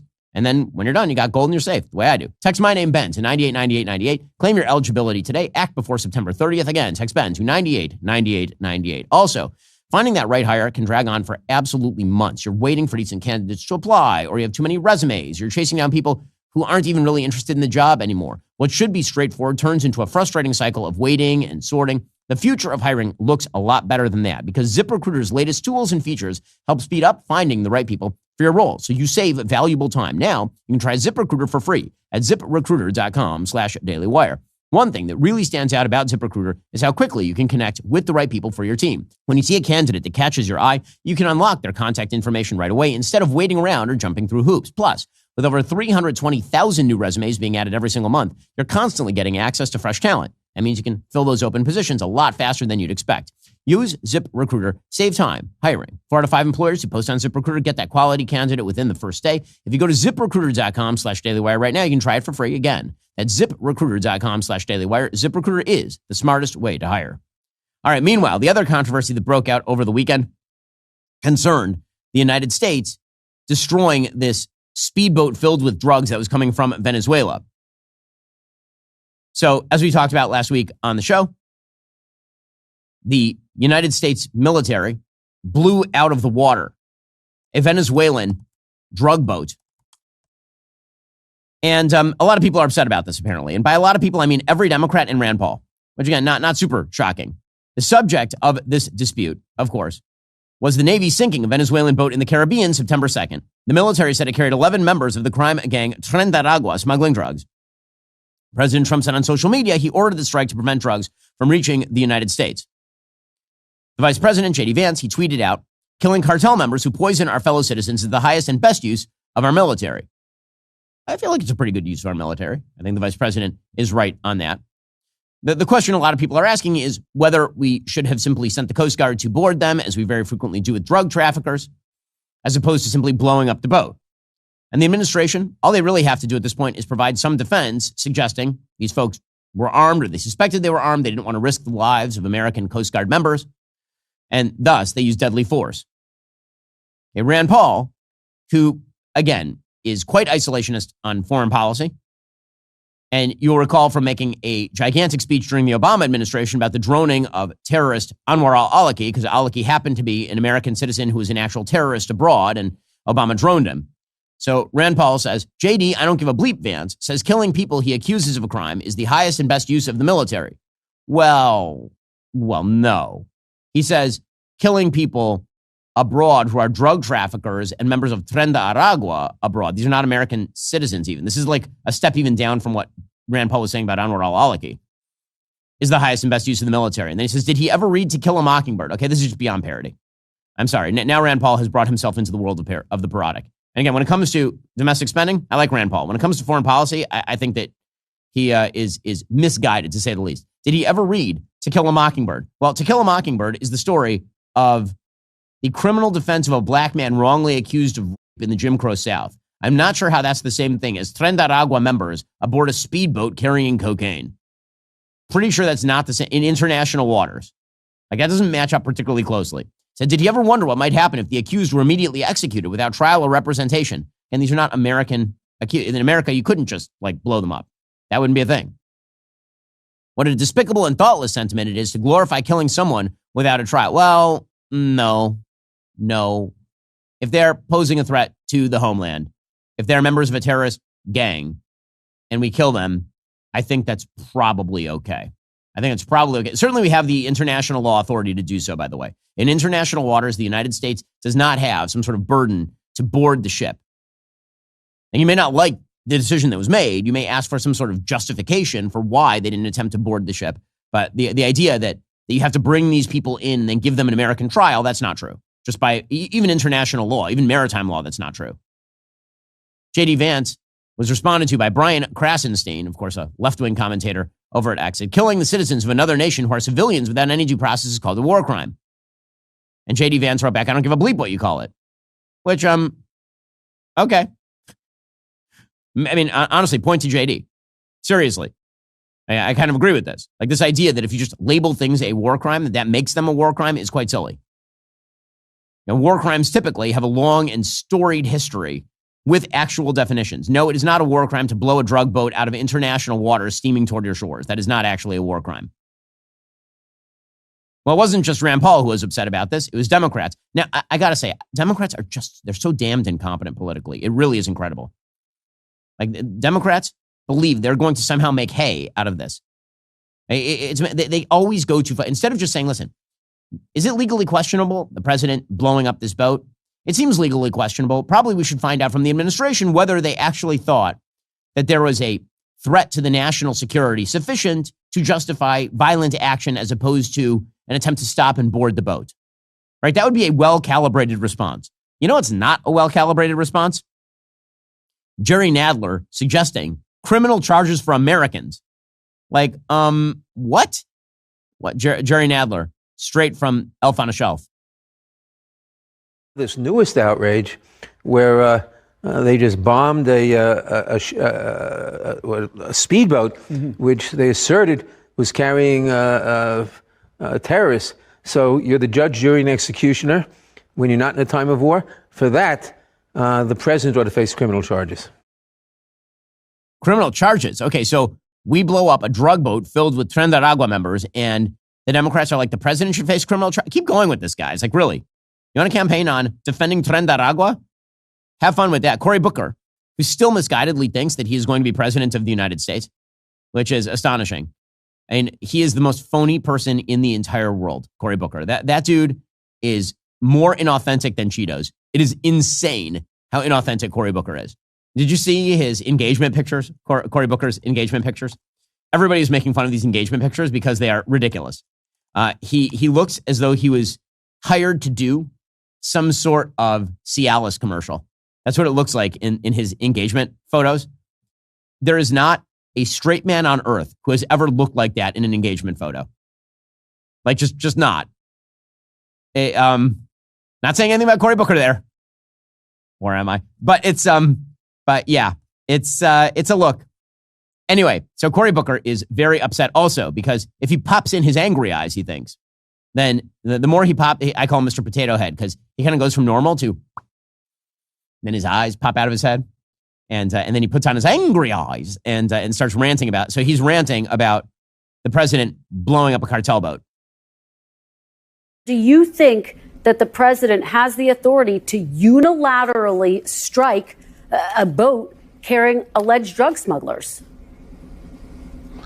No, he doesn't. It is a massive expansion of presidential authority against the rules that abide by the use of military force. And it's another example of Donald Trump breaking laws within the United States, giving no justification for his action. All that we've heard so far is that he might be relying on the 9/11 authorization for the use of military force. And that is outrageous. Totally outrageous. Totally outrageous. Oh my gosh. This is where the Senate is going to sign into chat and demand its authority back. Okay, sure. All right. I do not believe you. I don't believe you. Senator Mark Warner of Virginia doing the same routine. He says the Senate should have been briefed about this strike on a drug vessel.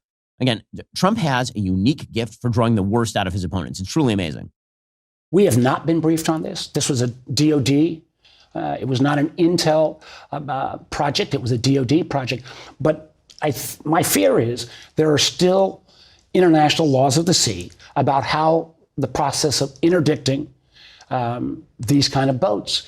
There's supposed to be a firing of a warning shot. You're supposed to try to take it peacefully. My understanding, this boat, none of those procedures were followed. Oh, no. None of the procedures were followed to help the Tren de Aragua members. Again, you want to make the case that, they should have followed those procedures and they could have followed. Okay, but is this like a national emergency? Oh, no, the president blew up a bunch of drug traffickers. I don't think so. Now, with that said, one of the questions that I have about the blowing up of the Tren de Aragua boat, which I'm totally fine with, in every possible way that it is possible to be fine with this, I'm fine with this, is whether it is actually a sort of kinetic action designed in the absence of a national strategy.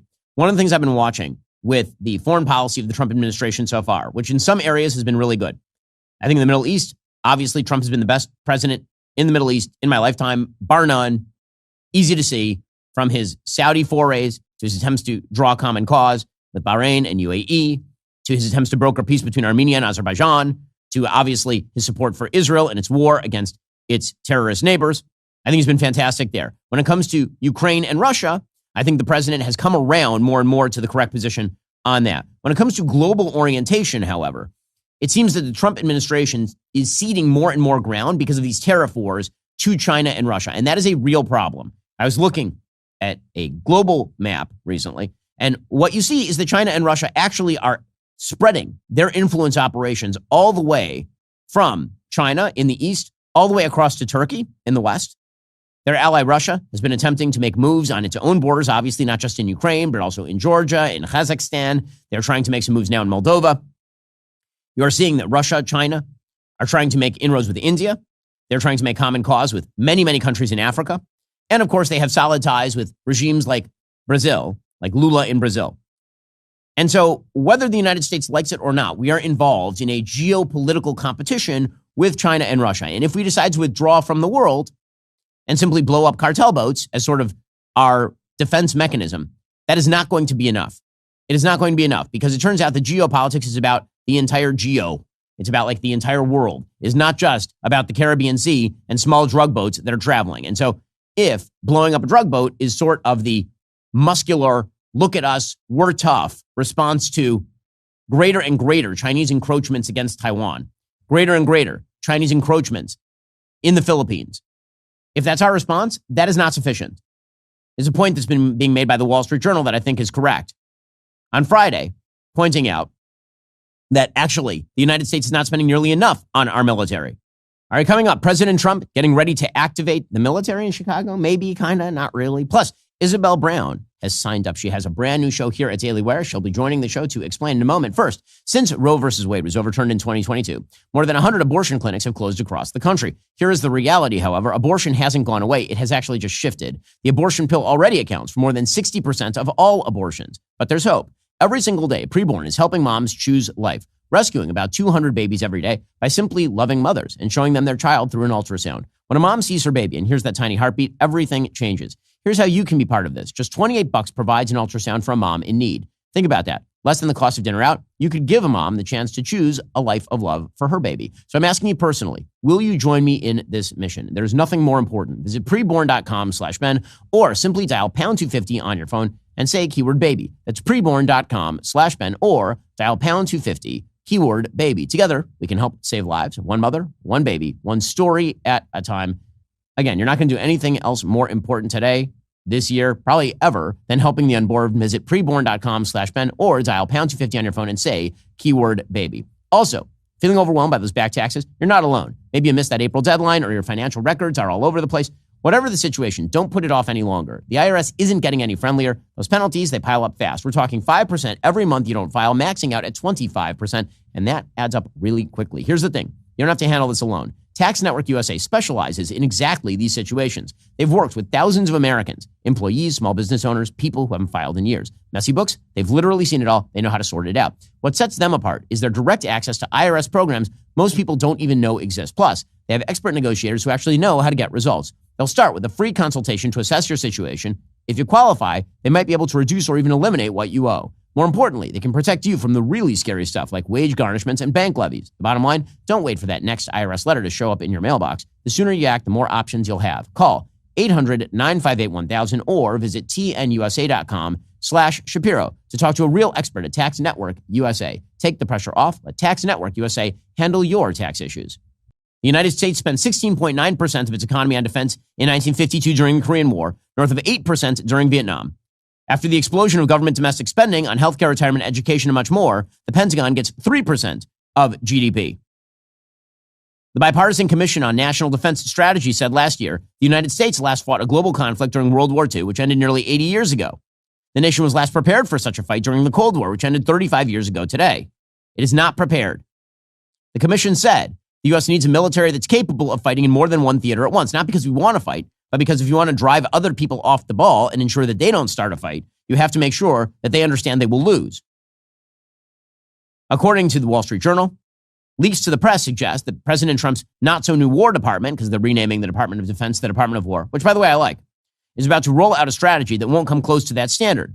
It might put controlling the southern border ahead of deterring China, which, again, we should close the southern border. But that is a domestic law enforcement priority in many ways, as opposed to, for example, the Department of Defense, right? The Department of Homeland Security is where much of our border control resides.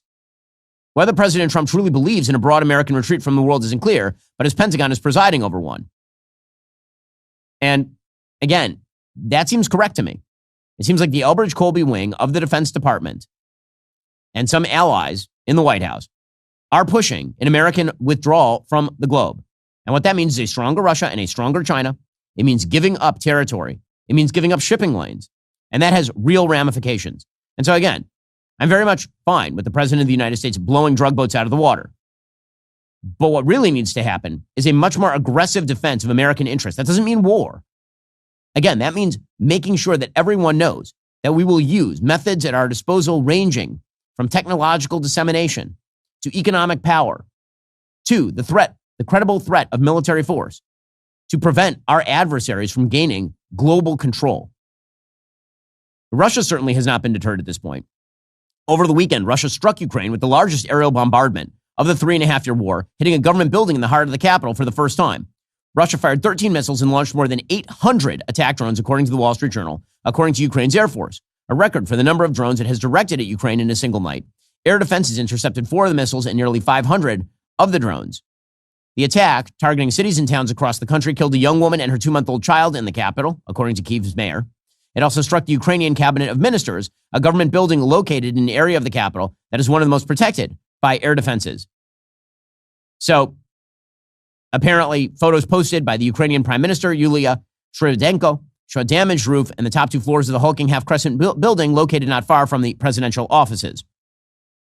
Vladimir Zelensky keeps pointing out that survival is basically the goal for Ukraine at this point.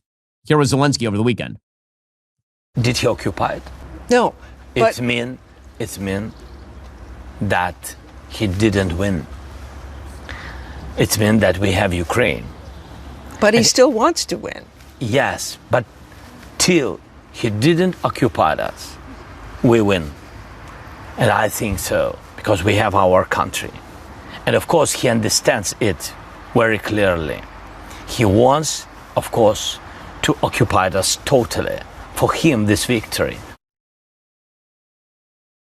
Okay, so obviously Zelensky is correct about this. This is Putin's goal. And this is why the United States should, in fact, be facilitating the shipment of armaments to the Ukrainians capable of allowing them to make sufficient pushback to get Putin to the table. Putin obviously believes that if he pushes hard enough, he is going to be able to get the kind of settlement that he wants that leaves Ukraine vulnerable to further invasions or to the possibility of a sort of Russian pushover election in Ukraine that ends with a Russia-friendly Ukraine, as opposed to a Western-friendly Ukraine. This is the priority.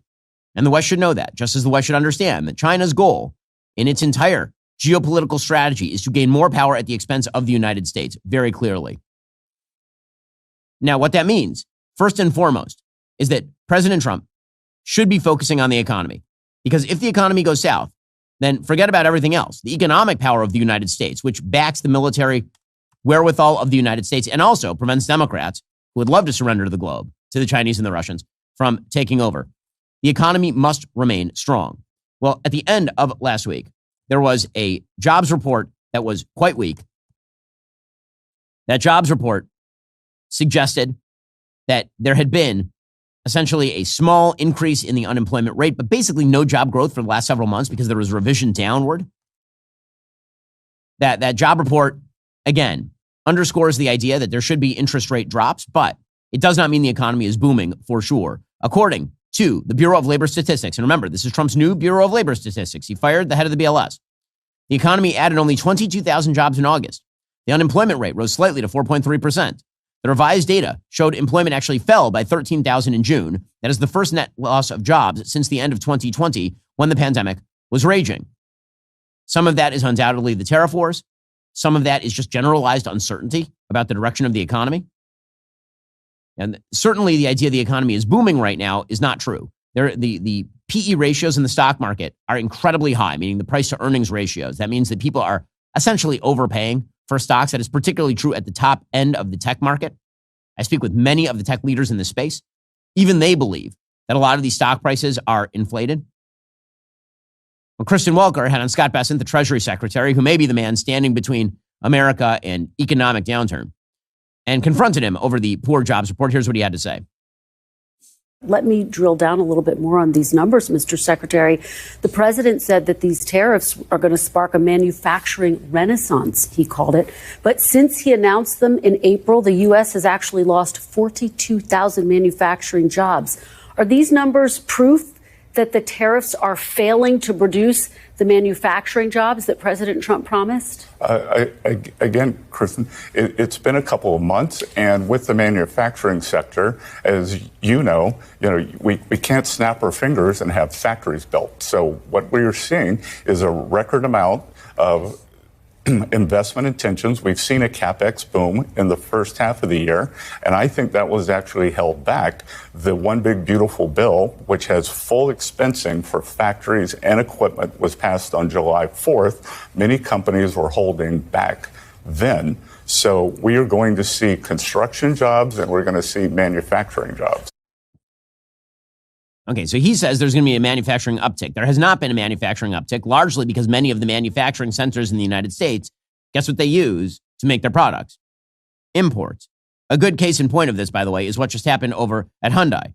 So the United States had made a deal with South Korea on trade, and Hyundai had announced that they were going to be building new factories in the United States. And this was touted by the administration as a giant win. What actually happened? Well, it turns out that Hyundai went to a subcontractor. That subcontractor found illegal South Korean labor and was using illegal South Korean labor to lower the labor costs. Because when you artificially boost the prices in one area, i.e. labor, then either the company has to raise prices, making it less competitive, or they're going to seek another way out. That is not trying to get Hyundai off the hook. If they violated the law, then they should pay for it. And people who are here illegally should, in fact, be deported. It is to point out there are downstream ramifications of economic policies like trade restrictionism. This has also created a bit of a political crisis between the United States and South Korea. According to the Wall Street Journal, South Korea and the U.S. have reached a deal to release Korean citizens who were detained last week in a large-scale immigration raid at a Hyundai motor plant in Georgia, according to the office of the South Korean president. Apparently, it's unclear whether the detained South Koreans are allowed to leave voluntarily or if they're going to be deported. If you're deported, then that means that you're banned from re-entering the United States for many years. No criminal charges have been filed at this point. Apparently, most of these people were visa holders who overstayed their visas. That makes you an illegal immigrant, obviously. None of the detainees were directly employed by Hyundai, according to the company. LG Energy, which is the subcontractor, said 47 of its employees had been arrested, as well as 250 workers at subcontracted companies. It also said it was halting most business trips to the United States and directing employees on assignment to the U.S. to return home immediately or remain in their accommodations because they're afraid that their employees presumably are going to get caught up in some sort of dragnet here. But these are the unintended consequences of tariff policies and immigration policies. What you end up with, I mean, the goal of them is to artificially increase the price of labor above what it normally would be in a free-flowing market. And when that happens, people might try to escape the rules, which is what happened with Hyundai. Again, they violated the law. They should face whatever punishment they're supposed to face. But just be aware, there's going to be an inefficiency in the market, which means higher prices for your cars. And then, because it costs more, there'll be a slump in demand. That is typically what happens with the tariffs, is there's an adjustment up in price followed by a slump in demand because the prices are too high. Well, Scott Bessent is maintaining that companies are saying the tariffs are helping their business. This is not actually, I think, by the data true. By the data, most companies, particularly in the manufacturing sector, have been saying actually it's harming their business. At Treasury, we have about 2 management teams come through a day, and overwhelmingly, we are hearing from companies they plan to increase CapEx, they plan to increase employment. We are seeing what's going to be a record amount of foreign direct investment. And for every John Deere, we have companies who are telling us the tariffs have helped our business, we're increasing CapEx, and we're going to increase employment. Okay, so again, it may be helping this is what happens. Tariffs have specific benefits at the expense of broad costs. There may be a couple of companies that benefit. There are going to be a lot of companies that do not. And consumers broadly are going to have to pay the price for that. In fact, there was a survey done just a couple of weeks ago by Industry Week that was pointing out that nearly 70% of business leaders who responded to Endeavor Business Intelligence early this month said the trade measures imposed by the Trump administration, as well as some retaliatory actions by trading partners, are significantly affecting their operations. Another 8% say the impact is starting to be felt now. Only 19% of executives say they don't expect any sort of significant impact here. And again, manufacturing has not increased because of this. The truth is, once again, manufacturing has declined in the United States as a result of labor costs being too high and technology replacing many of these jobs. The reality is that it's not that we shipped all the jobs to China, it's that technology took a huge swath of manufacturing jobs, which is why manufacturing output in the United States is basically increased. It's been on the increase for the last 20 years. Manufacturing employment has been going down because machines are doing more that human beings used to do. Well, Scott Bessent is very worried, apparently, about the idea that the Supreme Court may strike down the tariffs. Remember, a federal appellate court has held that Trump's tariffs are actually unconstitutional, which, by the way, they are. Okay, I'm just going to say it. It's true. Article 1 gives tariff power to the Congress. It does not give unilateral, broad-scale, national emergency tariff power to the President of the United States based on trade deficits. This was always poorly predicated. In terms of its legality, my guess is the Supreme Court will strike down the tariffs on the basis of a violation of the Article 1 powers granted to Congress and not to the President. Scott Bessent points out that this would have some pretty negative ramifications for the economy because many of the billions of dollars that have been taken in through tariffs would then have to be refunded to the companies that were paying the tariffs. Okay, but you know what else it would do? It would ensure that manufacturers aren't paying inflated prices, that consumers aren't paying inflated prices, that efficiencies go back on the table, and maybe Congress should get back involved. Again, if Congress wants to tariff the living hell out of China, or if the president wants to do so, using national security rationales, that's fine. Tariffing India and Vietnam for the same rationales makes no sense at all. I am confident that we will win at the Supreme Court, but there are numerous other avenues that we can take. They diminish President Trump's negotiating position, but there are numerous in terms of, and remember, this isn't about the dollars, this is about balance. The dollars are an after amount. Would you offer rebates, though? Are you prepared to offer rebates? So we would have to give a refund on about half the tariffs, which would be terrible for the Treasury. And you're prepared to give those refunds? Well, I mean, there's no be prepared. If the court says it, we'd have to do it. Okay, so, it'll be interesting to see what happens. Honestly, the best thing that could happen for the Trump economy right now is a lower interest rate by the Federal Reserve and the tariffs going away. That'd be the best thing for the economy. If both those things happen, then what you'll end up with is actually a consumer and investment boom. So maybe that's going to happen in Q4. It definitely could. I mean, Scott Bessent has been saying the stock market is doing great. That is his evidence that things are going well. Here he was. You're taking these from earnings calls, and on earnings calls, they have to give the draconian scenario. There aren't companies coming out and saying, oh, because of the tariffs, we're doing this. But I can tell you that whether it's Micron or Apple, they are upping their investments in the United States. And, Chris, if things are so bad, why was the GDP 3.3%? Why is the stock market at a new high? Because, with President Trump, we care both about big companies and small companies. And you're quoting big companies, but the big company index, the S&P, is at a new high. So the real question to be asked here is whether President Trump is sort of outperforming what otherwise would have been. And the answer is not really at this point. And that's largely, again, because of the tariffs and the roiling in the economy. So I asked our friends and sponsors over at Comment, what was the S&P 500 on January 21st, 2025? And what is it today? If we use the rate of increase in the S&P 500 between January 21st, 2021, when Joe Biden took office, and January 21st, 2025, how high would the S&P 500 have been if it had continued growing at that rate? So in other words, is President Trump's rate of growth in the S&P 500 higher or less high or the same as it was when Joe Biden was president of the United States? And the answer is, on January 21st, 2025, the S&P 500 closed at 6,049.24. As of today, the S&P 500 is 6,481.50. If the index had continued growing at the same annual rate observed from January 21st, 2021 to January 21st, 2025, it would now be approximately 6,495.41. So basically the same. The answer is essentially the same. And that's what comment says. If the S&P 500 had continued at this compound annual growth rate, the expected value for September 8th, 2025 would be, again, that 6,495 as opposed to 6,481. So the actual index is very close to the projected value, indicating similar growth behavior over the analyzed period. Here's the thing. Trump is better for the economy than Joe Biden. So the only thing that's been holding this back is the roiling economic turmoil because of things like tariffs. Already coming up, Democrats are still trying to figure out what to do about Trump, and they're looking forward to 2028. Is that why Bernie Sanders is campaigning with AOC and Zoran Mamdani? Plus, we will be joined by Isabel Brown, our brand new host here at Daily Wire. First, did you know roughly 36% of Americans have below average credit scores, which can make borrowing more difficult and expensive? That means home loans, cars, and more, they're just continually out of reach. That's where Kickoff can help.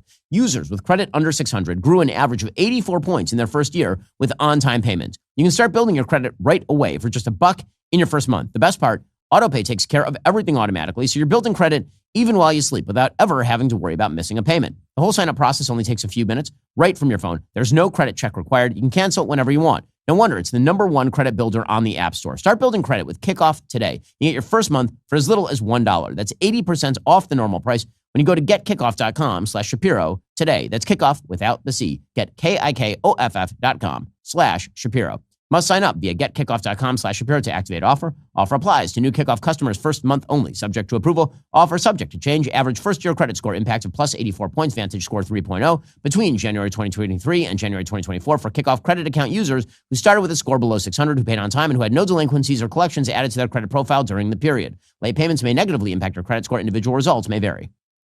Well, meanwhile, the situation in Chicago continues to percolate.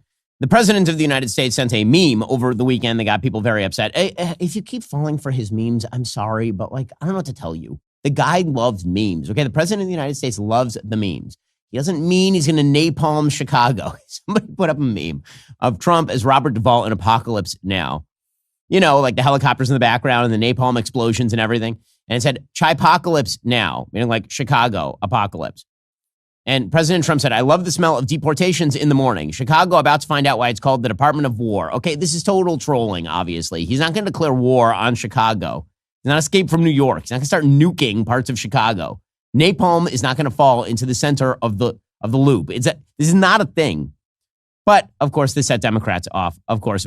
Wes Moore, the governor of Maryland, who, by the way, over the weekend announced he's not going to run for president in 2028. We'll get to that in a minute because it's kind of fascinating. Here he was, not running for president, but still being on the national news show, saying it's embarrassing that Trump would send such a thing. I call it embarrassing. I would call it performative. And I do want to be clear about some of the stats. When people talk about how we watched a decrease because of the National Guard, let's be clear about some of the stats. That the National Guard are responsible during this occupation for 744 cubic yards of mulch spread, 886 bags of trash collected, 270 feet of fence painted. You know what we don't have stats on? How many illegal guns has the National Guard seized? How many drug busts has the National Guard done? Okay, well, what we do know is that the crime rates have declined markedly in Washington, D.C. because the National Guard is on the street. President Trump was asked about whether he's going to actually go to war with Chicago. This is like red meat to President Trump. It's just catnip. He throws out chum in the water, and the sharks come, and then he just goes fishing. So here we go. The press pretending they think that Trump is going to declare war on the city of Chicago. Are you trying to go to war with Chicago? Fake news. When you say that, darling, that's fake news. Well, why would the Department of Defense? Listen, be quiet. Listen. You don't listen. You never listen. That's why you're second grade. We're not going to war. We're going to clean up our city. We're going to clean them up so they don't kill 5 people every weekend. That's not war. That's common sense. Okay, again, they're just playing right into his hands with this sort of stuff. Tom Homan, the borders are, he says, what we actually are going to be doing is we're going to be going into sanctuary cities with ICE and, actually policing the law. Here was Tom Homan on with Jake Tapper at CNN explaining ICE agents will be flooding the zone. Governor Pritzker's been notified from day one. Again, I went there and started an operation right after the inauguration. ICE agents have been flooding the zone in Chicago for a while now. So he's aware of what's going on. I mean, he knows we've been there. We were there last week. We were there the week before. Now, again, we're going to send additional resources to all sanctuary cities. But this isn't new to him. He knows we've been there, and he's failed to work with us. Okay, so he is right about this. obviously. And if Democrats wish to take the other side of this, they're going to lose. So what are Democrats going to do? Well, some of them are just going to pray that President Trump dies. Eli Mistal over at MSNBC literally said that over the weekend. He said that he's praying for Trump to die, which is a hell of a dig. I'm not a praying man, but I pray for the last cheeseburger, right? The big cheeseburger in the sky to come and rid us of this problem. Literally praying for the death of the president. So that's solid stuff there on the Dean Obadiah show on Sirius XM. Meanwhile, Gavin Newsom is trying to set himself up for a run, obviously, against whoever the Republican nominee is in 2028. He says, our economy is in a downward spiral, but don't worry, the GOP are spending their time cheersing Diet Cokes, cheersing, I don't know what that means, at a new exclusive club. So he calls it the Rose Garden Club, is I guess what it is now called over there. He says it's turning into a Mar-a-Lago over at the White House, and the economy is going down. Wes Moore, again, I think that Wes Moore is one of the better candidates in the Democratic pantheon. That doesn't mean he's like an amazing, amazing candidate, but if you take a look at the Democratic primaries and the black population in South Carolina, which is extraordinarily important in a Democratic primary, Wes Moore had an upper hand there, and he says he's not running in 2028. Now, maybe all that's talk. Maybe he's lying because he's running for re-elect as governor of Maryland. He doesn't want to leave the door open to the possibility he's defeated because he is actually putting his eyes on the top prize. But he did say over and over and over here he's not running for president in 2028. Do you rule out a run for president, Governor? Yeah, I'm not running for president. You rule it out? Yes, I'm You not running for completely president. rule it out? I'm so excited about what we're doing, that we've gone from 43rd in the country in unemployment to now one of the lowest unemployment rates. We've had amongst the fastest drops in violent crime anywhere in the United States of America. Our population is growing. Maryland is moving. And so I'm really excited about going back in front of the people of my state and asking for another term. And so, it'll be fascinating to see if that's true. If he's not running, who's left? So Newsom, obviously. But then you have the Sanders-Mamdani AOC wing. And they were all campaigning together over the weekend. This is why I say the economy must maintain. Because if the economy does not maintain, what happens next is really, really ugly. What happens next is the rise of the Sanders movement on the left. So the fighting oligarchy chant, it doesn't make a lot of sense to people right now. It just sounds silly. But if the economy starts to go into serious recession, and if the only people who have made money over the course of the past couple of years are people in the tech bubble, that's going to be a real problem for Republicans, like a serious problem. So Alexandria Ocasio-Cortez, Zoran Mamdani, and Bernie Sanders all went to Astoria on Saturday, and then they took a picture in a cafe. I have no idea who paid for lunch. I can assume no one. They will bill the taxpayer, I assume. Bernie Sanders then said he would not allow Elon Musk to become the world's first trillionaire. First of all, why is that up to Bernie, the useless piece of... Bernie's the worst.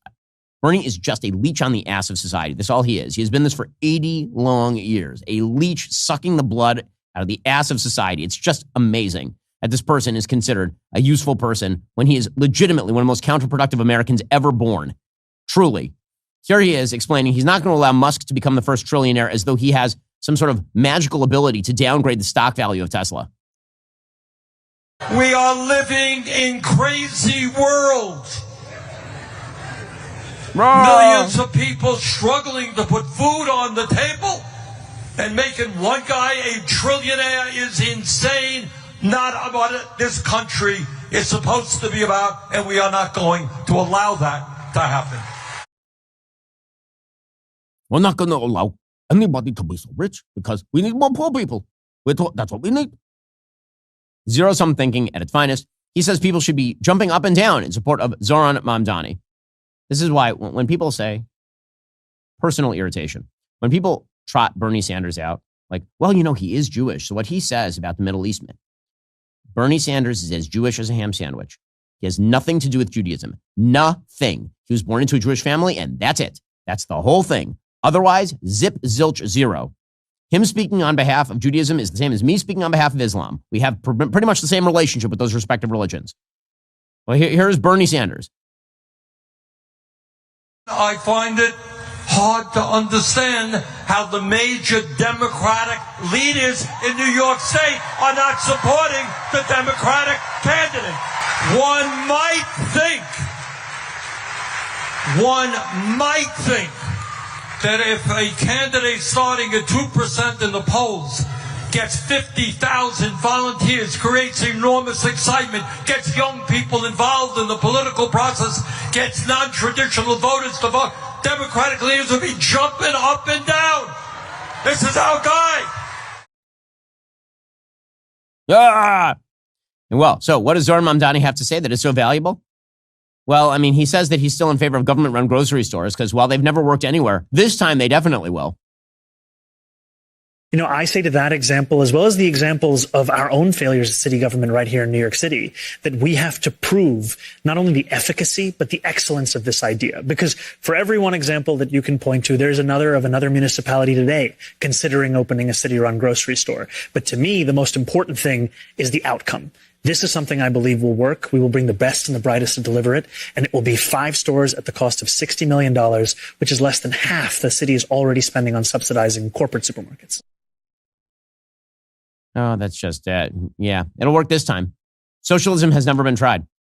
Also, he says, well, how are you going to get, he's asked, how are you going to get, rich people on board so that they don't leave the city? And he's like, because they will recognize that when we seize all their wealth and execute them, their lives too have become better. We have a number of New Yorkers who are doing quite well. The top 1% of New York City earns $1 million or more a year. And my vision is not one where they leave, it is one where they stay. It is How do you get them to stay? In part by showing them that asking them to pay more in taxes would increase even their quality of life. Because when you ask New Yorkers, what is it that is making them feel uneasy in this city? You often hear from them about the cleanliness of our city, the safety of our city, the affordability of our city. We are not asking to raise these taxes for the sake of it. We're asking so that we can actually make the slowest buses in the country fast and free, so that we can actually create a Department of Community Safety that would deploy dedicated teams of mental health outreach workers to the top 100 stations of the highest levels of mental health crises and homelessness. That relationship proving that that tax dollar leads to that investment. Yes, I'm sure that's going to prevent people from leaving your city as you completely destroy their businesses. I'm sure that will do it. Your magical capacity to run the largest city on planet Earth in terms of commerce is going to be so great that all the rich people are going to just allow you to suck money out of their bank account, destroy their incomes, and also rent control everything inside. Yes, I'm sure it'll all work out great. Maybe this time when you try socialism, it will totally work. Well, as you know, we here at Daily Wire, we are celebrating our 10th anniversary, and we figured there is no better way for us to celebrate our 10th anniversary than bringing aboard somebody who is already a star, but is going to be a gigantic star in the media landscape. And that person, of course, is Isabel Brown. Her Isabel Brown show launches today. We could not be more pumped about this. You are going to love it. She's not just doing politics. She's doing culture and everything in between. Isabel, thanks so much for taking the time and congratulations. Thank you so much for having me, Ben. We've been incredibly hard at work with all the bells and whistles, and we're so excited for the day to finally be here. So why don't we start by introducing you to the audience? Like, who are you and why should people listen to the show? I'm so excited to get to know the Daily Wire community a little bit better over the next few months and to bring my existing following as well to our amazing family across the network. I've been working in political commentary and social media and the heart of the culture movement really by happenstance since I was a college student on my campus at Colorado State University. I set out to do my career as a surgeon hopeful studying biomedical sciences and found very quickly that even my classes like human gross anatomy and physiology and organic chemistry really weren't about what I thought science had a foundation in, that pursuit of objective truth, but instead was a lot more political propaganda than anything else. I became a student activist on my college campus, hosting speaking events with conservative speakers and handing out socialism sucks buttons as a Turning Point USA chapter president from 2015 to 2019. And just as COVID started to hit and thrust our entire generation into the digital space, started experimentally posting as a social media content creator. And a few years later, God has just totally transformed my life. I obviously didn't end up going to medical school. I have the chance to do media every day as a career. But I like to think that it's still based in that pursuit of objective truth and sharing it with others the same way I loved as a scientist. Well, again, we are so excited to be launching this show with you, especially because, again, we're bringing new things in the second decade of Daily Wire. Why don't you introduce people to what the first episode is going to be? What kind of stuff are people going to be getting from the show? Great question. And it's something that's been sitting with me for a long time. How do we want to launch this show appropriately? I don't know about you, Ben, but as a creator and as a commentator myself, I have felt incredibly burnt out over the last few years of the constant cycle we often see in the conservative movement's media of just picking from obscurity the most random, insane left-wing video we see on TikTok or Instagram or Twitter and reacting to it and saying, hey, this thing over here is really, really bad, and just continuing to manufacture outrage. I don't like looking at those views anymore. I don't like enjoying that part of the commentary anymore. And I'm just finding that even in the wake of the 2024 election last November, and we have a small victory in front of us, we still haven't won the culture war, but we're acting like the battle is over. So what we really need more than anything else is an optimistic view forward. Now that we have this chance right in front of us to transform society for the better forever, to embrace what is good and true and beautiful, what does that actually look like? What is a new blueprint for the next generation? And how can we build a new American dream? So we cover how the heck did we get here with the very strategic playbook of the left that's been operational, largely driven by the Communist Party for the last 60 plus years. And now what the heck do we do with it, and take that first step forward together in our first episode today. So, Isabel, unlike me, you are a big advocate for Generation Z. You say that Generation Z could be the most conservative generation that we've seen. As you know, I've become a crotchety old. I was a crotchety old man when I was 20, and I'm a crotchety old man when I'm 40. And I hate to think what it'll be like when I'm 80, when I'm actually old. But let's talk about your view of Generation Z, because it is different, and you're seeing changes in the culture for young people that are hopeful, actually.